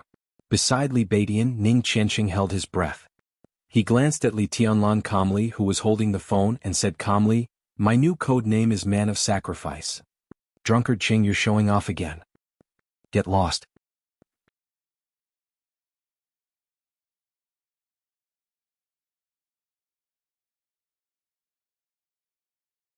Chapter 12. Generally speaking, Li Tianlan was very satisfied with his two roommates. Li Baidian was always joking around. He could get along with anyone quickly without the slightest arrogance or reserve. Such a person was undoubtedly the easiest to get along with. Ning Qianqing, the major of the Border Control Corps, who was described by Li Baidian as a pretentious habitual criminal, was a little arrogant, but his personal cultivation was very good and he was not a bad person. Sharing a room with such a roommate was a very comfortable thing.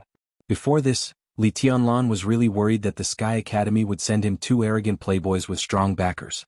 If so, he would have a headache.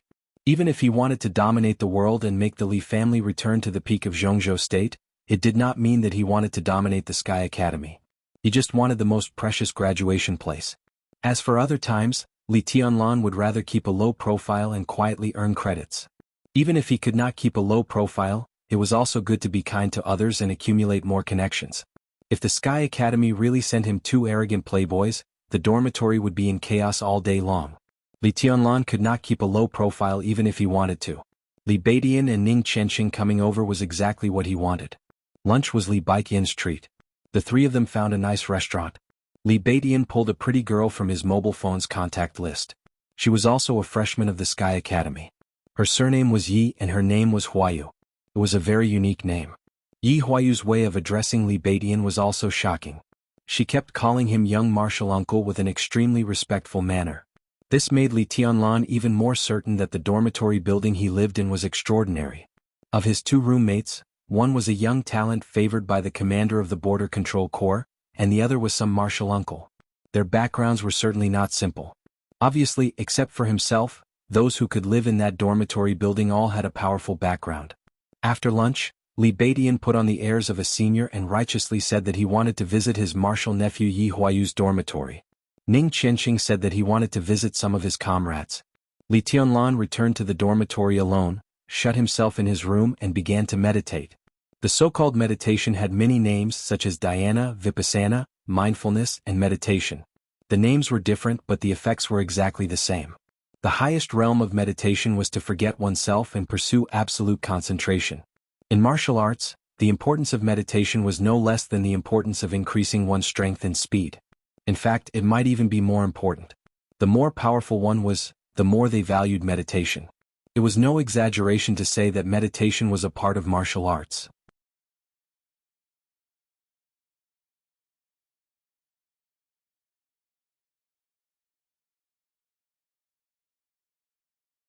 It's human nature for men and women to love each other.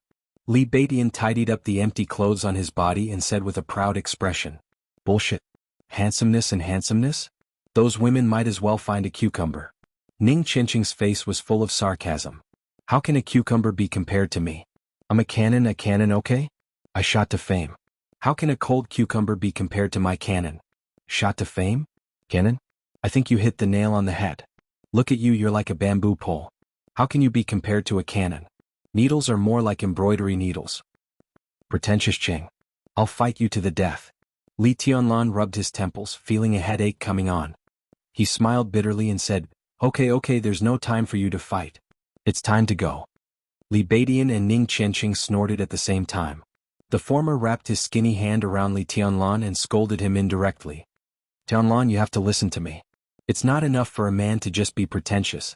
Yesterday, I inspected the girls' dormitory and found that the quality of the girls this year is quite good. Come with me another day and I'll introduce you to a few. I guarantee you'll be comfortable. Ning Qianxing clenched his teeth and glared at Li Beidian without saying a word. Li Tianlan shook his head and said casually, "Mediocre. I'm not interested." As he said this, the dreamy figure that was now in Bruxelles appeared in his mind again. What was that woman, who seemed real and illusory at the same time, doing now? Li Beidian wanted to say more, but Ning Qianxing said impatiently, "Are you going or not? It'll be too late if you don't leave now. Do you think the school bus will wait for you?" "Go, go, go." Li Beidian laughed. The three of them went out together, got on the school bus and went straight to the entrance square. At this time, the open square was already densely packed with countless freshmen, all dressed in camouflage uniforms, lined up in a very neat phalanx on the square. Li Tianlan and his two roommates arrived at the square at the same time and stood at the back of the crowd. Right in front of the square was an exquisite rostrum. At this time, a row of tables and chairs had been placed on the 3-meter-high rostrum. Several school leaders were already in place. They sat in their seats and chatted casually with their colleagues. "Tianlan, do you see that? The one sitting in the middle is the headmaster of the Sky Academy, Zhuang. He's one of the top 10 experts in Jianghu State." Standing beside Li Tianlan, Li Beidian quickly pointed at the rostrum and took the initiative to introduce him. Li Tianlan nodded and glanced at the rostrum with a calm expression. Zhuang was close to 70 years of age, but he looked unusually young, like a middle-aged man less than 50 years old. He had a gentle and elegant temperament, like a senior scholar, and did not look like a master at all.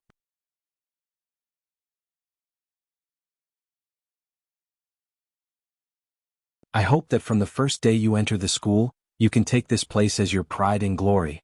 On the rostrum, Gu Yunxia's voice spread to the whole audience and could be heard clearly. The Sky Academy is the earliest special warfare academy in Jianghu State and the most legendary special warfare academy in Jianghu State. Over the past decades, the Sky Academy has produced hundreds of generals, countless senior agents, and several giants of the dark world. The glory of this special warfare academy may not be known to all, but its influence is everywhere. It has the power to influence the pattern of the Imperial Special Warfare System and the ability to change the fate of every freshman. Gu Yunxia paused and her smile faded. She continued, "I can't know all of you, but I know where you come from. Some of you come from the military, some are the elites of the Special Warfare System, and some are the inheritors of various sects among the people. There are iron-blooded soldiers, excellent agents, children of generals, and commoners. But I can tell you for sure that no matter where you come from, you will gain something when you come to the Sky Academy. Every teacher of the Sky Academy is willing to do their best to help you and make you the backbone of the Imperial Special Warfare System. Here is the best growing environment and the cruelest competitive atmosphere. From today on, in the next 3 years, you will constantly encounter the test of blood, pain, and even death. The Sky Academy is a place of the strong, not a place for the weak to survive.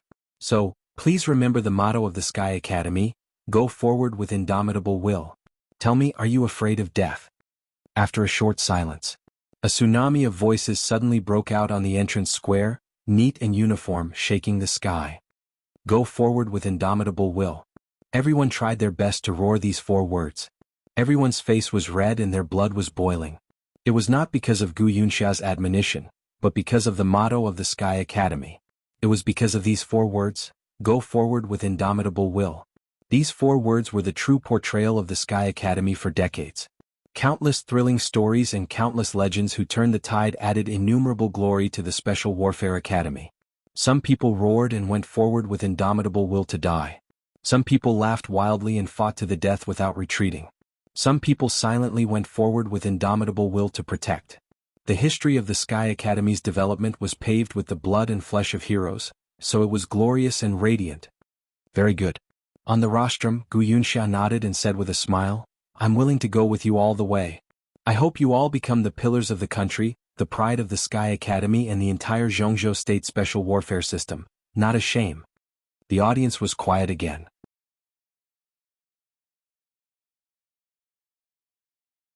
Only Gu Yunxia's excited and shrill voice echoed in the square. The Sky Academy has been established for decades and has countless honors, but there is only one shame. Here I want to mention a name that disgusts me and everyone. Behind Gu Yunxia, the other school leaders' expressions changed obviously. Headmaster Zhuang Huayang also lowered his eyes. His name is Li Kuangtu. Gu Yunxia looked around and her tone became sharper and harsher. The shame of Zhongzhou State, the shame of the Sky Academy. Perhaps many students have heard of the name of this traitor. He used to be the most dazzling genius of Zhongzhou State and entered the invincible realm at the age of 35. But when everyone was optimistic about him, this damn traitor chose to betray. He colluded with the Night Spirit organization and betrayed Zhongzhou State, which directly led to the annihilation of the 120,000 most elite troops of Zhongzhou State. Such a scum, it's simply intolerable that he doesn't die. And this bastard who betrayed Zhongzhou State is a graduate of the Sky Academy. He shamed the whole academy and made everyone feel disgusted. Even if he dies, he can't atone for his sins. This kind of trash that even wild dogs don't want to look at has covered nearly half of the glory of the Sky Academy. He died miserably, but he deserved it. But his disgusting and shameless behavior should be engraved on the pillar of shame of the Sky Academy forever to warn all the latecomers. Because of such a bastard, our Sky Academy has been unable to lift our heads for many years. Bastard, scum, trash, bastard. At the opening ceremony of the Sky Academy, the appearance of these words was simply unbearable to look at. But almost all the freshmen ignored Gu Yunxia's words, and the crowd was agitated. Damn Li Kuangtu. No, it's too easy for him to die. The 120,000 troops were annihilated. Is it enough for him to die? The national strength of Zhongzhou State has declined in recent years because there are too many such bastards. Li Kuangtu, I wish you can't rest in peace after your death. May your whole family die, damn it. It seemed that every corner of the square was echoing with curses. Gu Yunxia stood on the rostrum, squinting, but there was a trace of cold mockery in the depths of her eyes. In the whole square, perhaps only Li Tianlan's behavior was different from others. Others were either silent or cursing. But Li Tianlan was laughing. He was laughing silently, but the corners of his mouth were curling up. His body was trembling, and so was the corner of his mouth. Everyone could see how humiliated and indignant he was under his smile. But he was still laughing with all his strength. No one knew that it was Li Kuangtu who was being cursed by everyone. The traitor who had been dead for many years. It was his father. A trace of red blood flowed from the corner of his mouth. Li Tianlan gritted his teeth and took a deep look at Gu Yunxia on the rostrum. He silently lowered his head and wiped the blood from the corners of his mouth. However, in his heart, there was a clear voice rumbling incessantly agitated. Wait and see.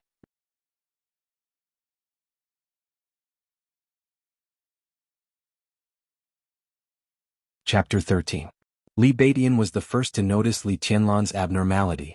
Recovering from his thoughts, he turned his head and subconsciously glanced at Li Tianlan, just in time to see Li Tianlan lowering his head and wiping the blood from the corner of his mouth. Li Baidian was shocked and frowned. He asked in a deep voice, Tianlan, what's wrong? Are you hurt? Although he didn't know Li Tianlan's specific origin, he knew the origin of most of the freshmen here. The atmosphere of competition inside the Sky Academy was fierce, but it was also not easy to get a place to study here. The freshmen sent by the military, the Special Warfare Group, the Secret Service Agency, and the martial arts sect were all selected after many rounds of selection. Many selections were fought from the beginning to the end, and the winner was king. Some people obviously won the final victory, but because they were too seriously injured, they missed the entrance time of the Sky Academy. These people were undoubtedly the unluckiest. There were also some people who could barely get up, but they came to the Sky Academy with serious injuries. These people were not very lucky, because the first day of registration was the beginning of the first maneuver. How good could they get with serious injuries? One step behind could lead to the situation of falling behind step by step. If Li Tianlan was in such a situation, it was simply terrible. It's a small problem. It doesn't matter. Li Tianlan rubbed the corner of his mouth hard, suppressed all the negative emotions in his heart, and tightly pursed his lips with a smile. Of course, his injury did not come from the internal competition, but from the fight with Jianghu on the first day of the school. In the following days he had stabilized his injury, but because of the agitation just now, the serious injury showed signs of relapse. Thinking, Li Tianlan subconsciously glanced at the rostrum again. This time he looked at Jianghu. But to his surprise, Jianghu was also looking at him. Their eyes met in the air. Li Tianlan's expression was calm. Jianghu frowned slightly and her eyes were cold. Li Tianlan smiled at the rostrum, then withdrew his gaze and said slowly, "Don't worry, I will definitely get a good ranking. You two also have to work hard." I see. Li Beidian thought for a moment and said decisively, when the maneuver starts, I'll be in front, Tianlan in the middle, and Braggart Cheng in the back. Tianlan, try to reduce your physical consumption. We'll rush to the top 10 together. In the Sky Academy, every student attached great importance to the ranking of any maneuver. The ranking was related to the number of credits and the treatment one would receive. It was something that was worth fighting for. The ranking of the first maneuver after entering the academy could determine their starting point in the academy, so it was extremely important. If they could make it to the top 10 in such a maneuver, they would definitely attract the close attention of the higher-ups of the academy. Top 10? Ning Qianqing raised his brows in surprise and looked at Li Beidian. What? You don't have confidence? With your reputation as the city of acting tough, you have the nerve to say that you can't enter the top 10? Even if you want to show off, you should at least say that you can get into the top 3, right? Li Beidian said with a provocative look. As expected, Ning Qianqing began to show off. He glared at Li Tianlan and snorted. Of course I have confidence. I can take Tianlan to the top 10 without you. I'm worried about you. Look at your physique, you can push aside with a little force. Don't drag us down. Li Tianlan's heart skipped a beat. He suddenly thought of the scene when Li Beidian introduced Ning Qianqing to him when they first met. He automatically ignored the introduction of Ning Qianqing's skill in showing off. What impressed him most was that Li Beidian introduced Ning Qianqing as one of the top 10 experts of the young generation. The top 10 experts of the young generation might become the top 10 experts of Jianghu State many years later. Such a young talent was outstanding in both potential and strength. As long as he was not too unlucky, it was absolutely no problem for him to rush to the top 10. Don't worry, as long as you don't drag us down. It's a deal. The three of us will act together and make it to the top 10 together. Li Beidian chuckled and patted his chest. His palms hit his bones through a layer of skin, making popping sounds. Neither Li Beidian nor Ning Qianqing seemed to leave the seriously injured Li Tianlan behind. They might not see eye to eye with each other, but between the lines they both meant to take Li Tianlan to the top 10 together. It was impossible for Li Tianlan not to be touched. No matter how vigilant he was, he would not turn a blind eye to such obvious kindness. They were just roommates who had been together for a day. In the competitive atmosphere of the Sky Academy, the two of them were willing to take a burden like him with them.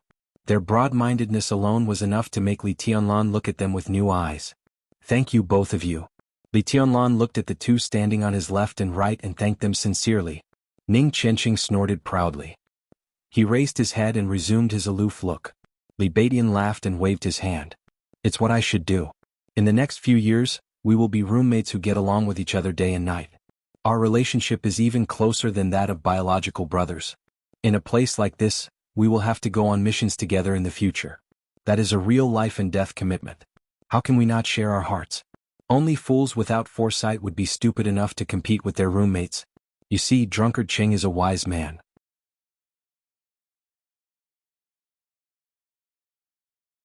In the military camp at the border, the feelings of living together are even deeper than here. If you are not willing to share your heart with your classmates who will be studying with you day and night, who else can you count on? No matter what, I still have to thank you. Li Tianlan's tone was sincere. If people respected him, he would respect them tenfold. Li Beidian and Ning Qianqing were so loyal to him that he was willing to treat them sincerely. However, I think it's better for me to be at the front later. It's just a minor injury. It won't affect anything.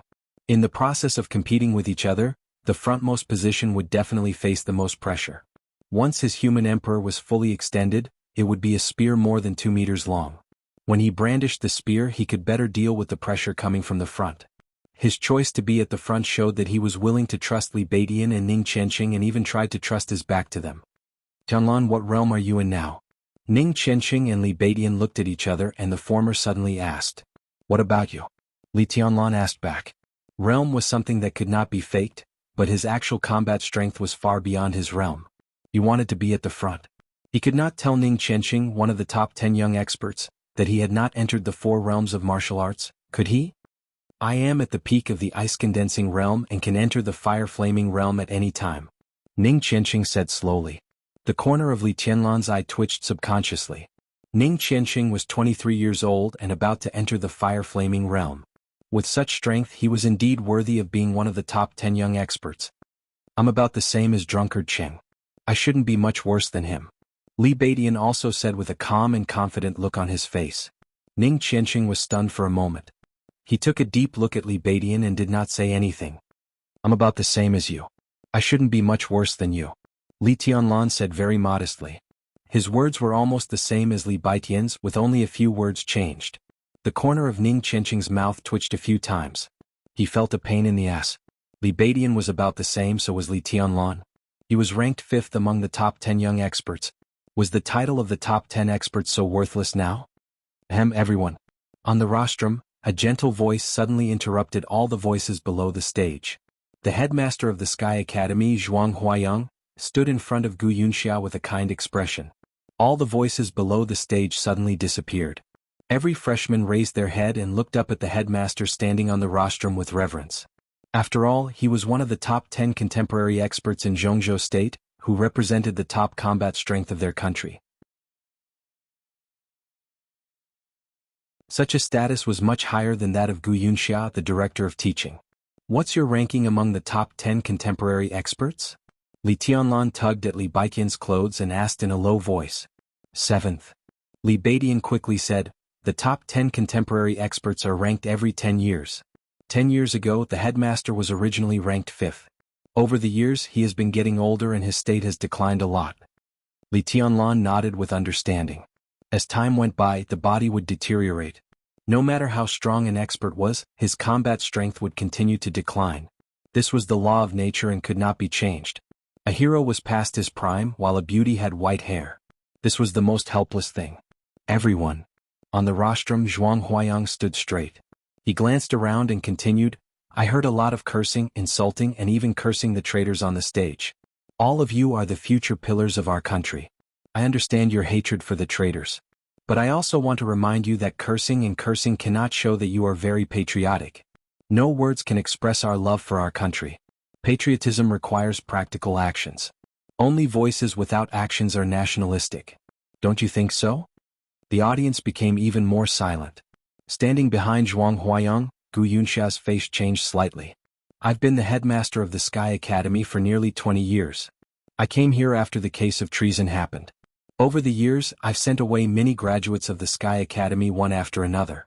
I've seen them bring honor to the Sky Academy and the special warfare system of Jianghu State. I've seen their blood and bodies fall on the road to the strength of our country. This is the pride of the Sky Academy and Jianghu State. Zhuang Huayang's voice was low and gentle, but with an unquestionable majesty. Yes, I admit that the treason case was indeed a stain on the Sky Academy, even a shame. But shame can't cover up our glory. The treason case has long been a thing of the past. What's the point of saying more? But the Sky Academy still has a future, a better future. Each of us should look forward because you can't change the past, but you can shape a better future. You will become the backbone of the special warfare system of Jianghu State in the future. Many of you may not be known, but the Sky Academy will remember you and remember any honor you bring to the Sky Academy. We hide in the dark and serve the light. I sincerely hope that each of you can go out from here and make the Sky Academy more brilliant because of you in the future, in the near or far future. The deafening applause sounded like thunder.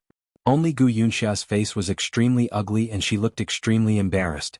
Headmaster Zhuang didn't say much, but to a large extent, he denied her extremely fierce speech just now, which was tantamount to a slap in the face.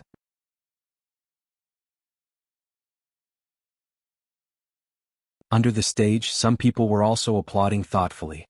Just now, Director Gu and Headmaster Zhuang's speech was, to put it simply, a speech with a slightly different content. But to put it broadly, this might be the different opinions represented by the two big forces. In this way, many people who knew the pattern of the special warfare system of Jianghu State suddenly smiled meaningfully. The special warfare system of Jianghu State, a great change was coming.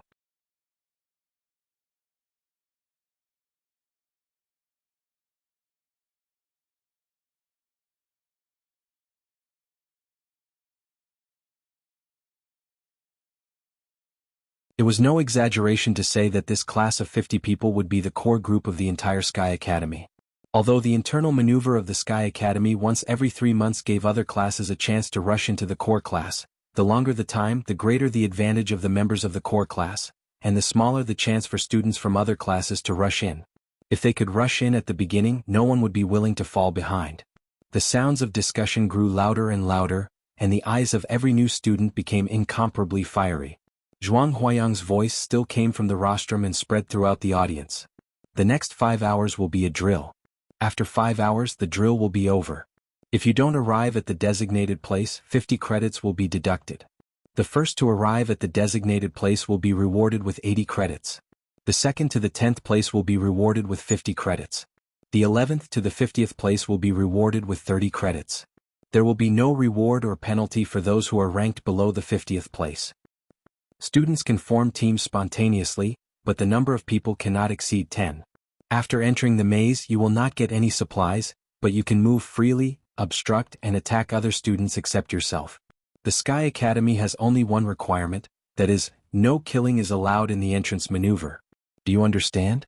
Yes. The response of the freshmen below the rostrum was still loud, but this time, everyone's expression was different. Damn it, this old guy is really ruthless. He only said that no killing is allowed, so is it not against the rules to cut off the other's arms and legs? Li Beidian touched his nose and muttered to himself in the last row of freshmen. Li Tianlan smiled and his eyes were thoughtful.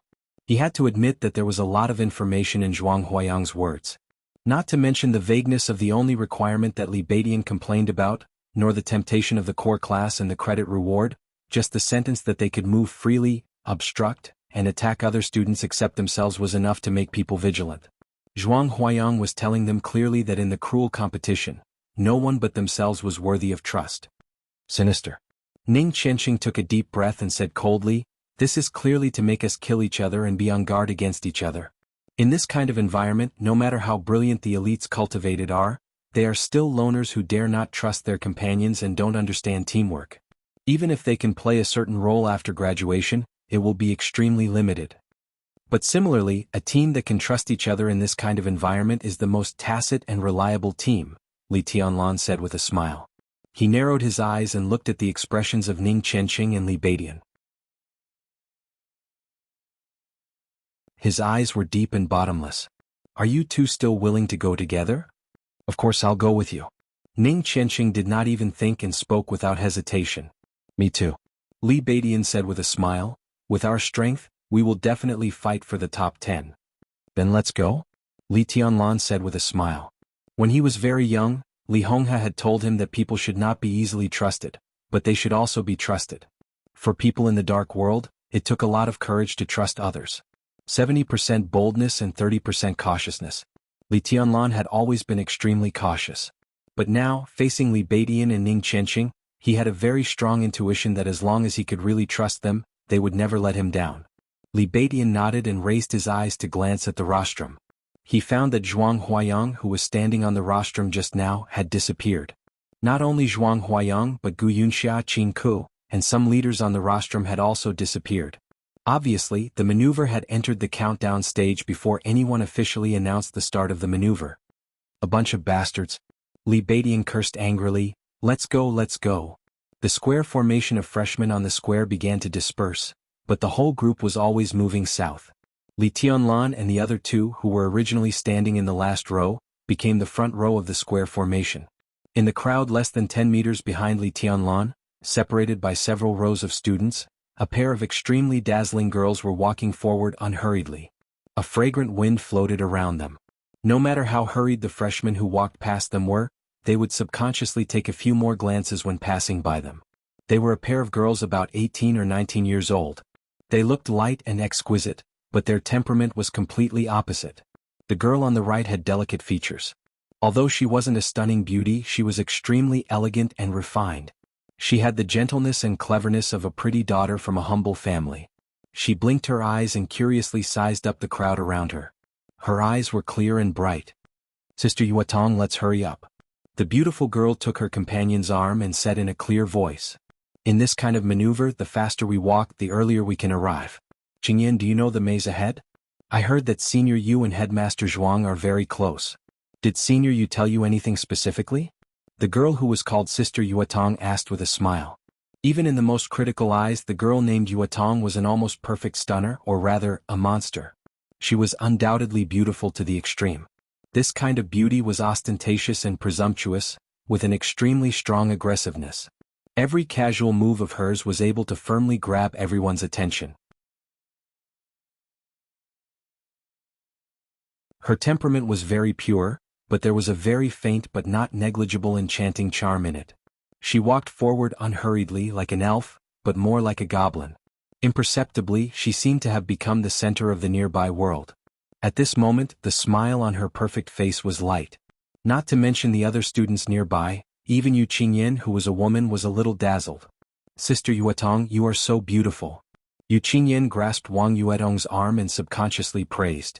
"Little flatterer, don't change the subject." Wang Yuetong pursed her lips and smiled. She patted Yu Qingyan's head and became more lively. "No, I didn't." Yu Qingyan shook her head honestly and said quietly, "Grandpa didn't say much to me. He said that I should observe more and learn more." She paused and didn't go on. In fact, Yu Donglai also told her to contact Brother Li more in the future. But this sentence had nothing to do with the maze in front of them. Wang Yuetong's eyes were sparkling, and she became more enchanting and even enchanting. She said, "Then you should observe carefully. Do you think this maneuver is very simple? Look, the more you walk in the front and enter the maze first, the worse the result is likely to be. So don't worry, it's best for us to enter the maze at the end." Yu Qingyan looked at Wang Yuetong blankly and adorably. Wang Yuetong smiled without saying a word and continued to move forward. Her beautiful eyes casually glanced at the group of people walking in the front, who might also be the most unlucky. A figure as thin as a bamboo pole suddenly came into Wang Yuetong's eyes. Wang Yuetong froze for a moment and looked at it very seriously. Then she looked at the people beside the bamboo pole. In her sight, the three people seemed to be walking in the front of the crowd. The bamboo pole stood on the left, and another familiar figure stood on the right. Between the two, a figure who didn't look outstanding and tall walked slowly and firmly. "It's Brother Li." Yu Qingyan looked in the direction of Wang Yuetong and suddenly smiled in surprise. "Brother Li? Do you know him?" Wang Yuetong remained calm and chuckled. "Yes, Brother Li. Grandpa asked me to keep in touch with him." "Sister Yuetong, do you know him too?" Yu Qingyan nodded and said innocently. "I don't know him, but I know the two people beside him. Brother Li doesn't look simple since he can make two of the top 10 experts of the young generation walk willingly on his left and right sides." Wang Yuetong's smile became more and more obvious, and two clear dimples appeared on her cheeks. She was as beautiful as the most beautiful scenery in the Sky Academy. "Let's go and have a look." Wang Yuetong pulled Yu Qingyan's hand and quickened her pace. The distance between them was getting closer and closer. Li Baiqian's exaggerated laughter sounded in her ears, sounding extremely heroic. "Who dares to stop me? I'll cut off his head with my sword."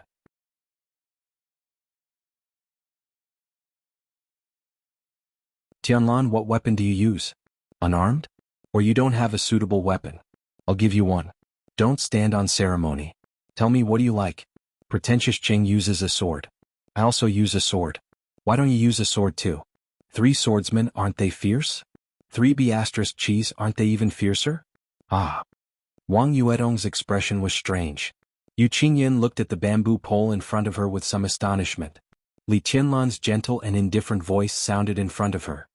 "I have my own weapon." "What weapon? Show me." Li Baidian asked casually, "Don't hide it. Anyway, you'll show it later. Show me your weapon." The corner of Wang Yuetong's beautiful mouth twitched, and she subconsciously gritted her teeth. "I'm not hiding it. I just put it away so that I can carry it," Li Tianlan said with a smile. He shook his arm and a silver metal pole appeared directly in his hand. Under Wang Yuetong's curious gaze, Li Tianlan waved one hand. There seemed to be wind and thunder roaring in the air. The metal pole, which was perfectly grasped by one hand, suddenly stretched out, pierced the air in front of it, and turned into a silver spear more than 2 meters long. The sharp blades on both sides of the spear head expanded to the left and right sides. The whole spear was flowing with silver light, looking extremely mighty and domineering. Wang Yuetong's limpid eyes were full of extraordinary splendor. Not only her, but all the freshmen who saw this scene nearby also had their eyes lit up. "Damn it." Li Baidian, who observed this big guy at a close distance, was silent for a few seconds. Then he said with an exaggerated face, "Tianlan, is this your big halberd?"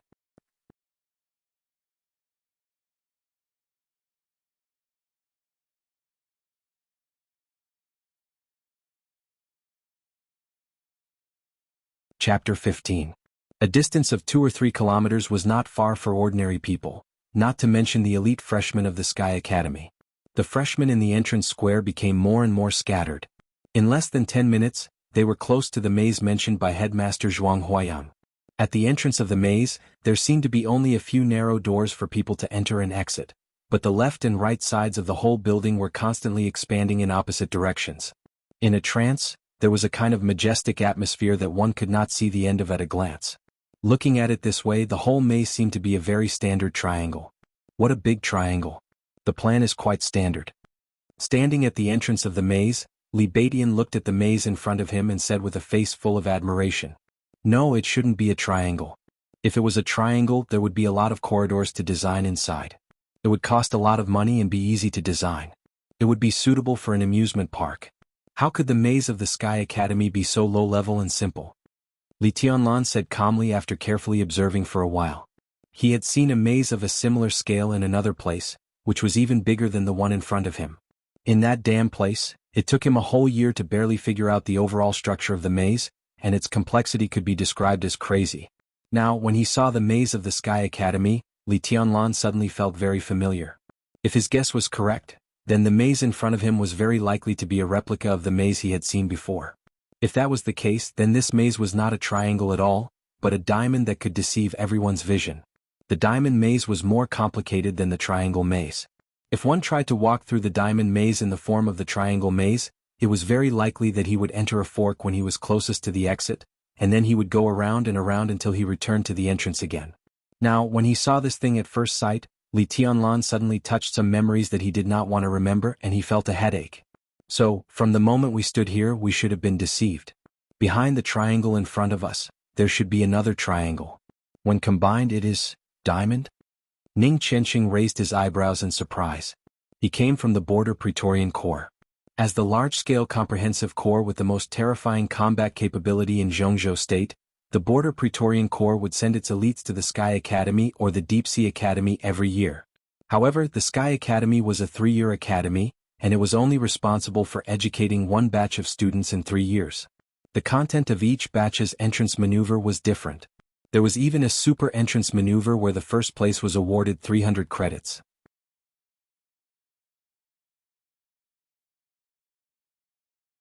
Although the maze was difficult, the seniors who had experienced it would not take it to heart and warned their junior brothers and sisters to pay attention to what to do in the maze. At the end of the day, this was just a labyrinth. They would be able to get out of it sooner or later. The most dangerous thing was still the competitors within the labyrinth. Li Tianlan nodded.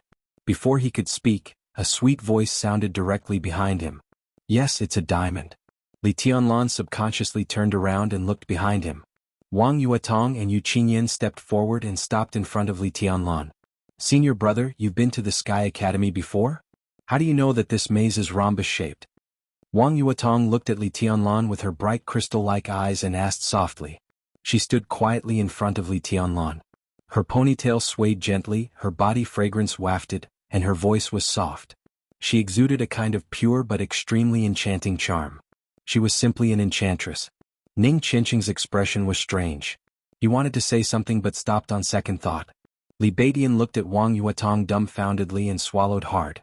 He could not hide the fire in his heart at all. This woman, no, this girl was really too exquisite. Li Tianlan raised his eyebrows slightly. A strong look of appreciation flashed in his eyes, and then he became calm again. "I've never been to the Sky Academy, and this is the first time I've seen this maze."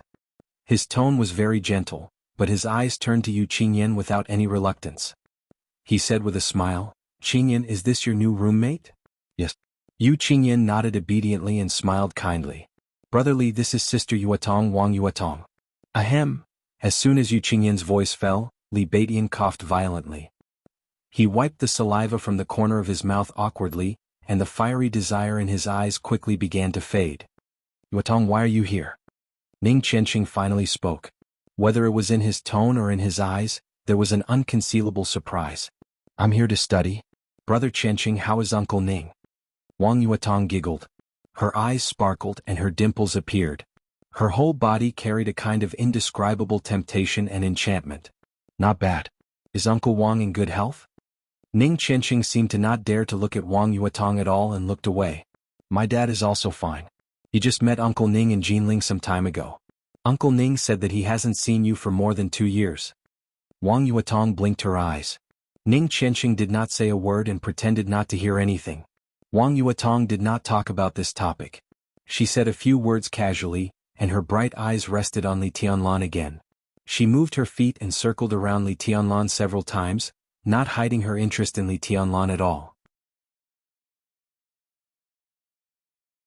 Li Tianlan did not feel anything, but Ning Qianqing and Li Beidian were so nervous that their bodies straightened and cold sweat broke out on their foreheads. Li Tianlan was puzzled. Just as he was about to speak, Wang Yuetong stopped and took the initiative to reach out to him. She said with a smile, "What's your name, senior brother?" "My name is Wang Yuetong." "I'm Li Tianlan." Li Tianlan reached out and shook hands with Wang Yuetong. The girl's palm was indescribably smooth and slender, and her fingers were slender.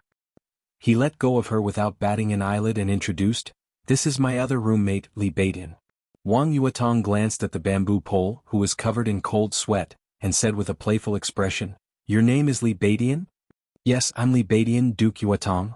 Just call me by my name." Wang Yuetong waved her small hand and directly interrupted Li Beidian's words. All her interest seemed to be in Li Tianlan. She glanced at Li Tianlan again and suddenly smiled. "Senior brother Tianlan, where are you from?"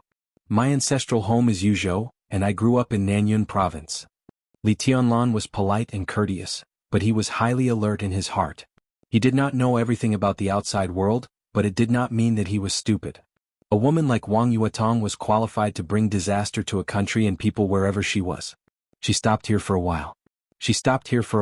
And many freshmen around her stopped, intentionally or unintentionally.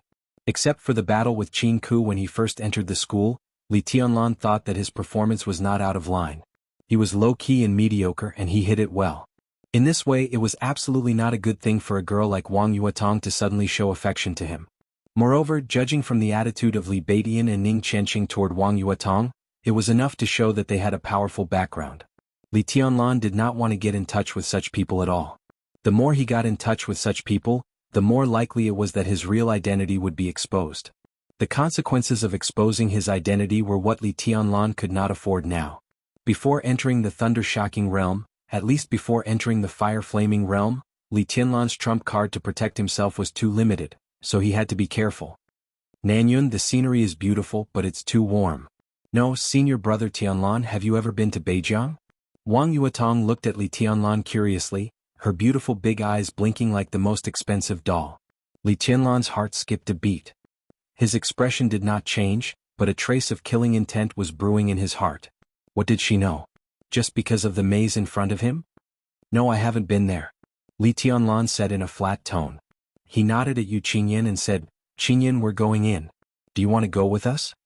Yu Qingyan blushed slightly. Thinking of her grandfather's instructions, she suddenly felt a little tempted. But looking at Wang Yuetong standing aside, she shook her head subconsciously and said, "I want to go with Sister Yuetong."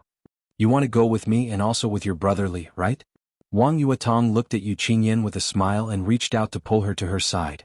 She said to Li Tianlan, "Senior brother Tianlan, there are only 3 of you and we are 2 weak girls. Why don't we team up?" Li Tianlan frowned slightly but he could not refuse. He turned his head to look at his 2 unusually silent roommates and said, "What do you think?" "It's up to you." Ning Qianqing was a little absent-minded and said subconsciously. Then he realized that he had said something wrong and quickly corrected himself, "It's up to me." Wang Yuetong narrowed her eyes subconsciously, and her heart suddenly trembled. "It's up to you. It's up to me." It's too obvious that the 2 sentences are trying to cover up something. Could it be that Brother Qianqing really came to be someone's lackey? What makes people even more speechless is that senior brother Tianlan in front of them obviously has not figured out the situation. "It's up to me too," Li Beidian said simply. "Then let's go together." Li Tianlan said calmly, "It's just that we are not familiar with the maze. If we affect Yuetong's ranking, I hope you won't blame us." "Of course not. If we follow senior brother Tianlan, we will definitely get through the maze as soon as possible." Wang Yuetong smiled sweetly, but there was some meaning in her eyes. Sure enough, she was still testing him. Li Tianlan turned around silently, his eyes cold. This female classmate, who seemed to have a powerful background, seemed to really start to have doubts. To some extent, her suspicion was indeed right. Judging from the appearance alone, he had seen this maze before, and it was in Beijing province. That was the first time he walked out of Li's village, out of the primeval forest, and went to the endless desert. Li Tianlan breathed softly and took the lead to walk into the maze. The five of them turned around the first narrow path of 7 or 8 meters in the maze. After turning a corner, the road of the maze suddenly appeared in front of them. What appeared in front of them were more than a dozen intersections. The road made of the same blue bricks was 3 meters wide, spreading deep into the maze. This road went left, this road went right, this road went forward, the same road but the direction was completely different. In front of more than a dozen intersections, countless freshmen went in and out. Some went in from the intersections and some came back from the depths of the road. There was a lot of shouting and cursing. What the hell is this? These people are already confused at the very beginning of the road? Li Beidian looked incredulous. Wang Yuetong, who had been paying close attention to Li Tianlan's expression, also found that he was also shocked. But what did such a shock mean? She approached Li Tianlan quietly and said softly, "Senior brother Tianlan, how should we go?" "Whatever." Li Tianlan said casually, but his heart was full of emotions. The same. Almost all the same. The maze in front of them was based on the maze in Beijing. Both the outside and the inside were the same, exactly the same. Under such circumstances, if Li Tianlan went all out, it would even take him less than 10 minutes to get out of this maze. Because he knew which way was the right way. Which way was misleading. "Go here." Li Tianlan suddenly pointed to an intersection and said calmly. Wang Yuetong suddenly froze. She said subconsciously, "Here?" If this road was right, it would be infinitely close to the exit in the end, but it would eventually go around to this position. This was a typical deeder and a super deeder. "It's here." Li Tianlan looked at Wang Yuetong and said softly, "Yuetong, is there a problem?" He naturally knew that this road was wrong, but he also wanted to dispel Wang Yuetong's suspicion of him. In the current situation, getting out of the maze as soon as possible was not the most important thing. The most important thing was not to let Wang Yuetong suspect anything. So in this maze, he had decided to go as far as possible. "No." Wang Yuetong immediately came to her senses and said with a sweet smile, "Okay, we'll go wherever you want. I'll go with you." Li Beidian laughed and put his skinny palm on Li Tianlan's shoulder casually, but he suddenly pushed Li Tianlan forward, as if he was deliberately pushing Li Tianlan forward. Li Tianlan's heart skipped a beat and he did not resist this force. He followed Li Beidian and quickly took a few steps forward, keeping a distance from Wang Yuetong behind him. Ning Qianxing followed without hesitation. Yu Qingyin and Wang Yuetong also followed. In a short time this weird team of 5 seemed to have established its core. At the forefront, Li Beidian put his hand on Li Tianlan's shoulder and almost dragged him forward. The two took the lead and turned into an intersection. Li Beidian's voice sounded directly in Li Tianlan's ear, as if he was afraid of being heard. "Tianlan, you'd better stay away from Wang Yuetong. Never ever provoke her. Otherwise, even if the 3 of us were to join forces, we wouldn't be a match for him. Even if we brought out our backers, it wouldn't be enough. In the Sky Academy, there are not many people that I can't provoke, and even fewer people that pretending Cheng and I can't provoke. But Wang Yuetong is definitely one of them." Li Tianlan paused, glanced at Li Beidian and whispered, "What's her background?" Li Tianlan looked solemn. He took a deep look at Li Tianlan and said in a deep voice, "Princess Yuetong, the Wang's siren." He paused and continued, "She ranks 7th among the top 10 experts of the young generation." 7th? Li Tianlan raised his eyebrows slightly and took Li Beidian into a dead end at random. Li Beidian nodded and was about to speak when he suddenly froze. He opened his mouth wide and looked at the front as if he had seen a ghost in the daytime. For a moment he was dumbfounded. Li Tianlan was also stunned. In front of them was a black brick wall, the most common thing in the maze, blocking all the way forward. But in the corner of the wall, 2 people stood motionless. One was an old man and the other was a young man and a woman. The man, who looked gentle like a middle-aged scholar, was looking at Li Beidian and Li Tianlan with a smile and said in a gentle tone, "2 students, what do you mean by 7th?" Beside the middle-aged scholar, a beautiful woman full of maturity and indifference was looking at Li Tianlan and Li Beidian coldly. Patter, that you're tuning in to the Han Li's Wuxia Adventures YouTube channel. We're so grateful for your support and don't forget to subscribe to join us on this incredible journey through captivating stories. Your generosity through donations truly makes a world of difference, as it's the primary source of revenue that allows me to expand and enhance this channel for you. Thank you from the bottom of my heart for being a part of this adventure.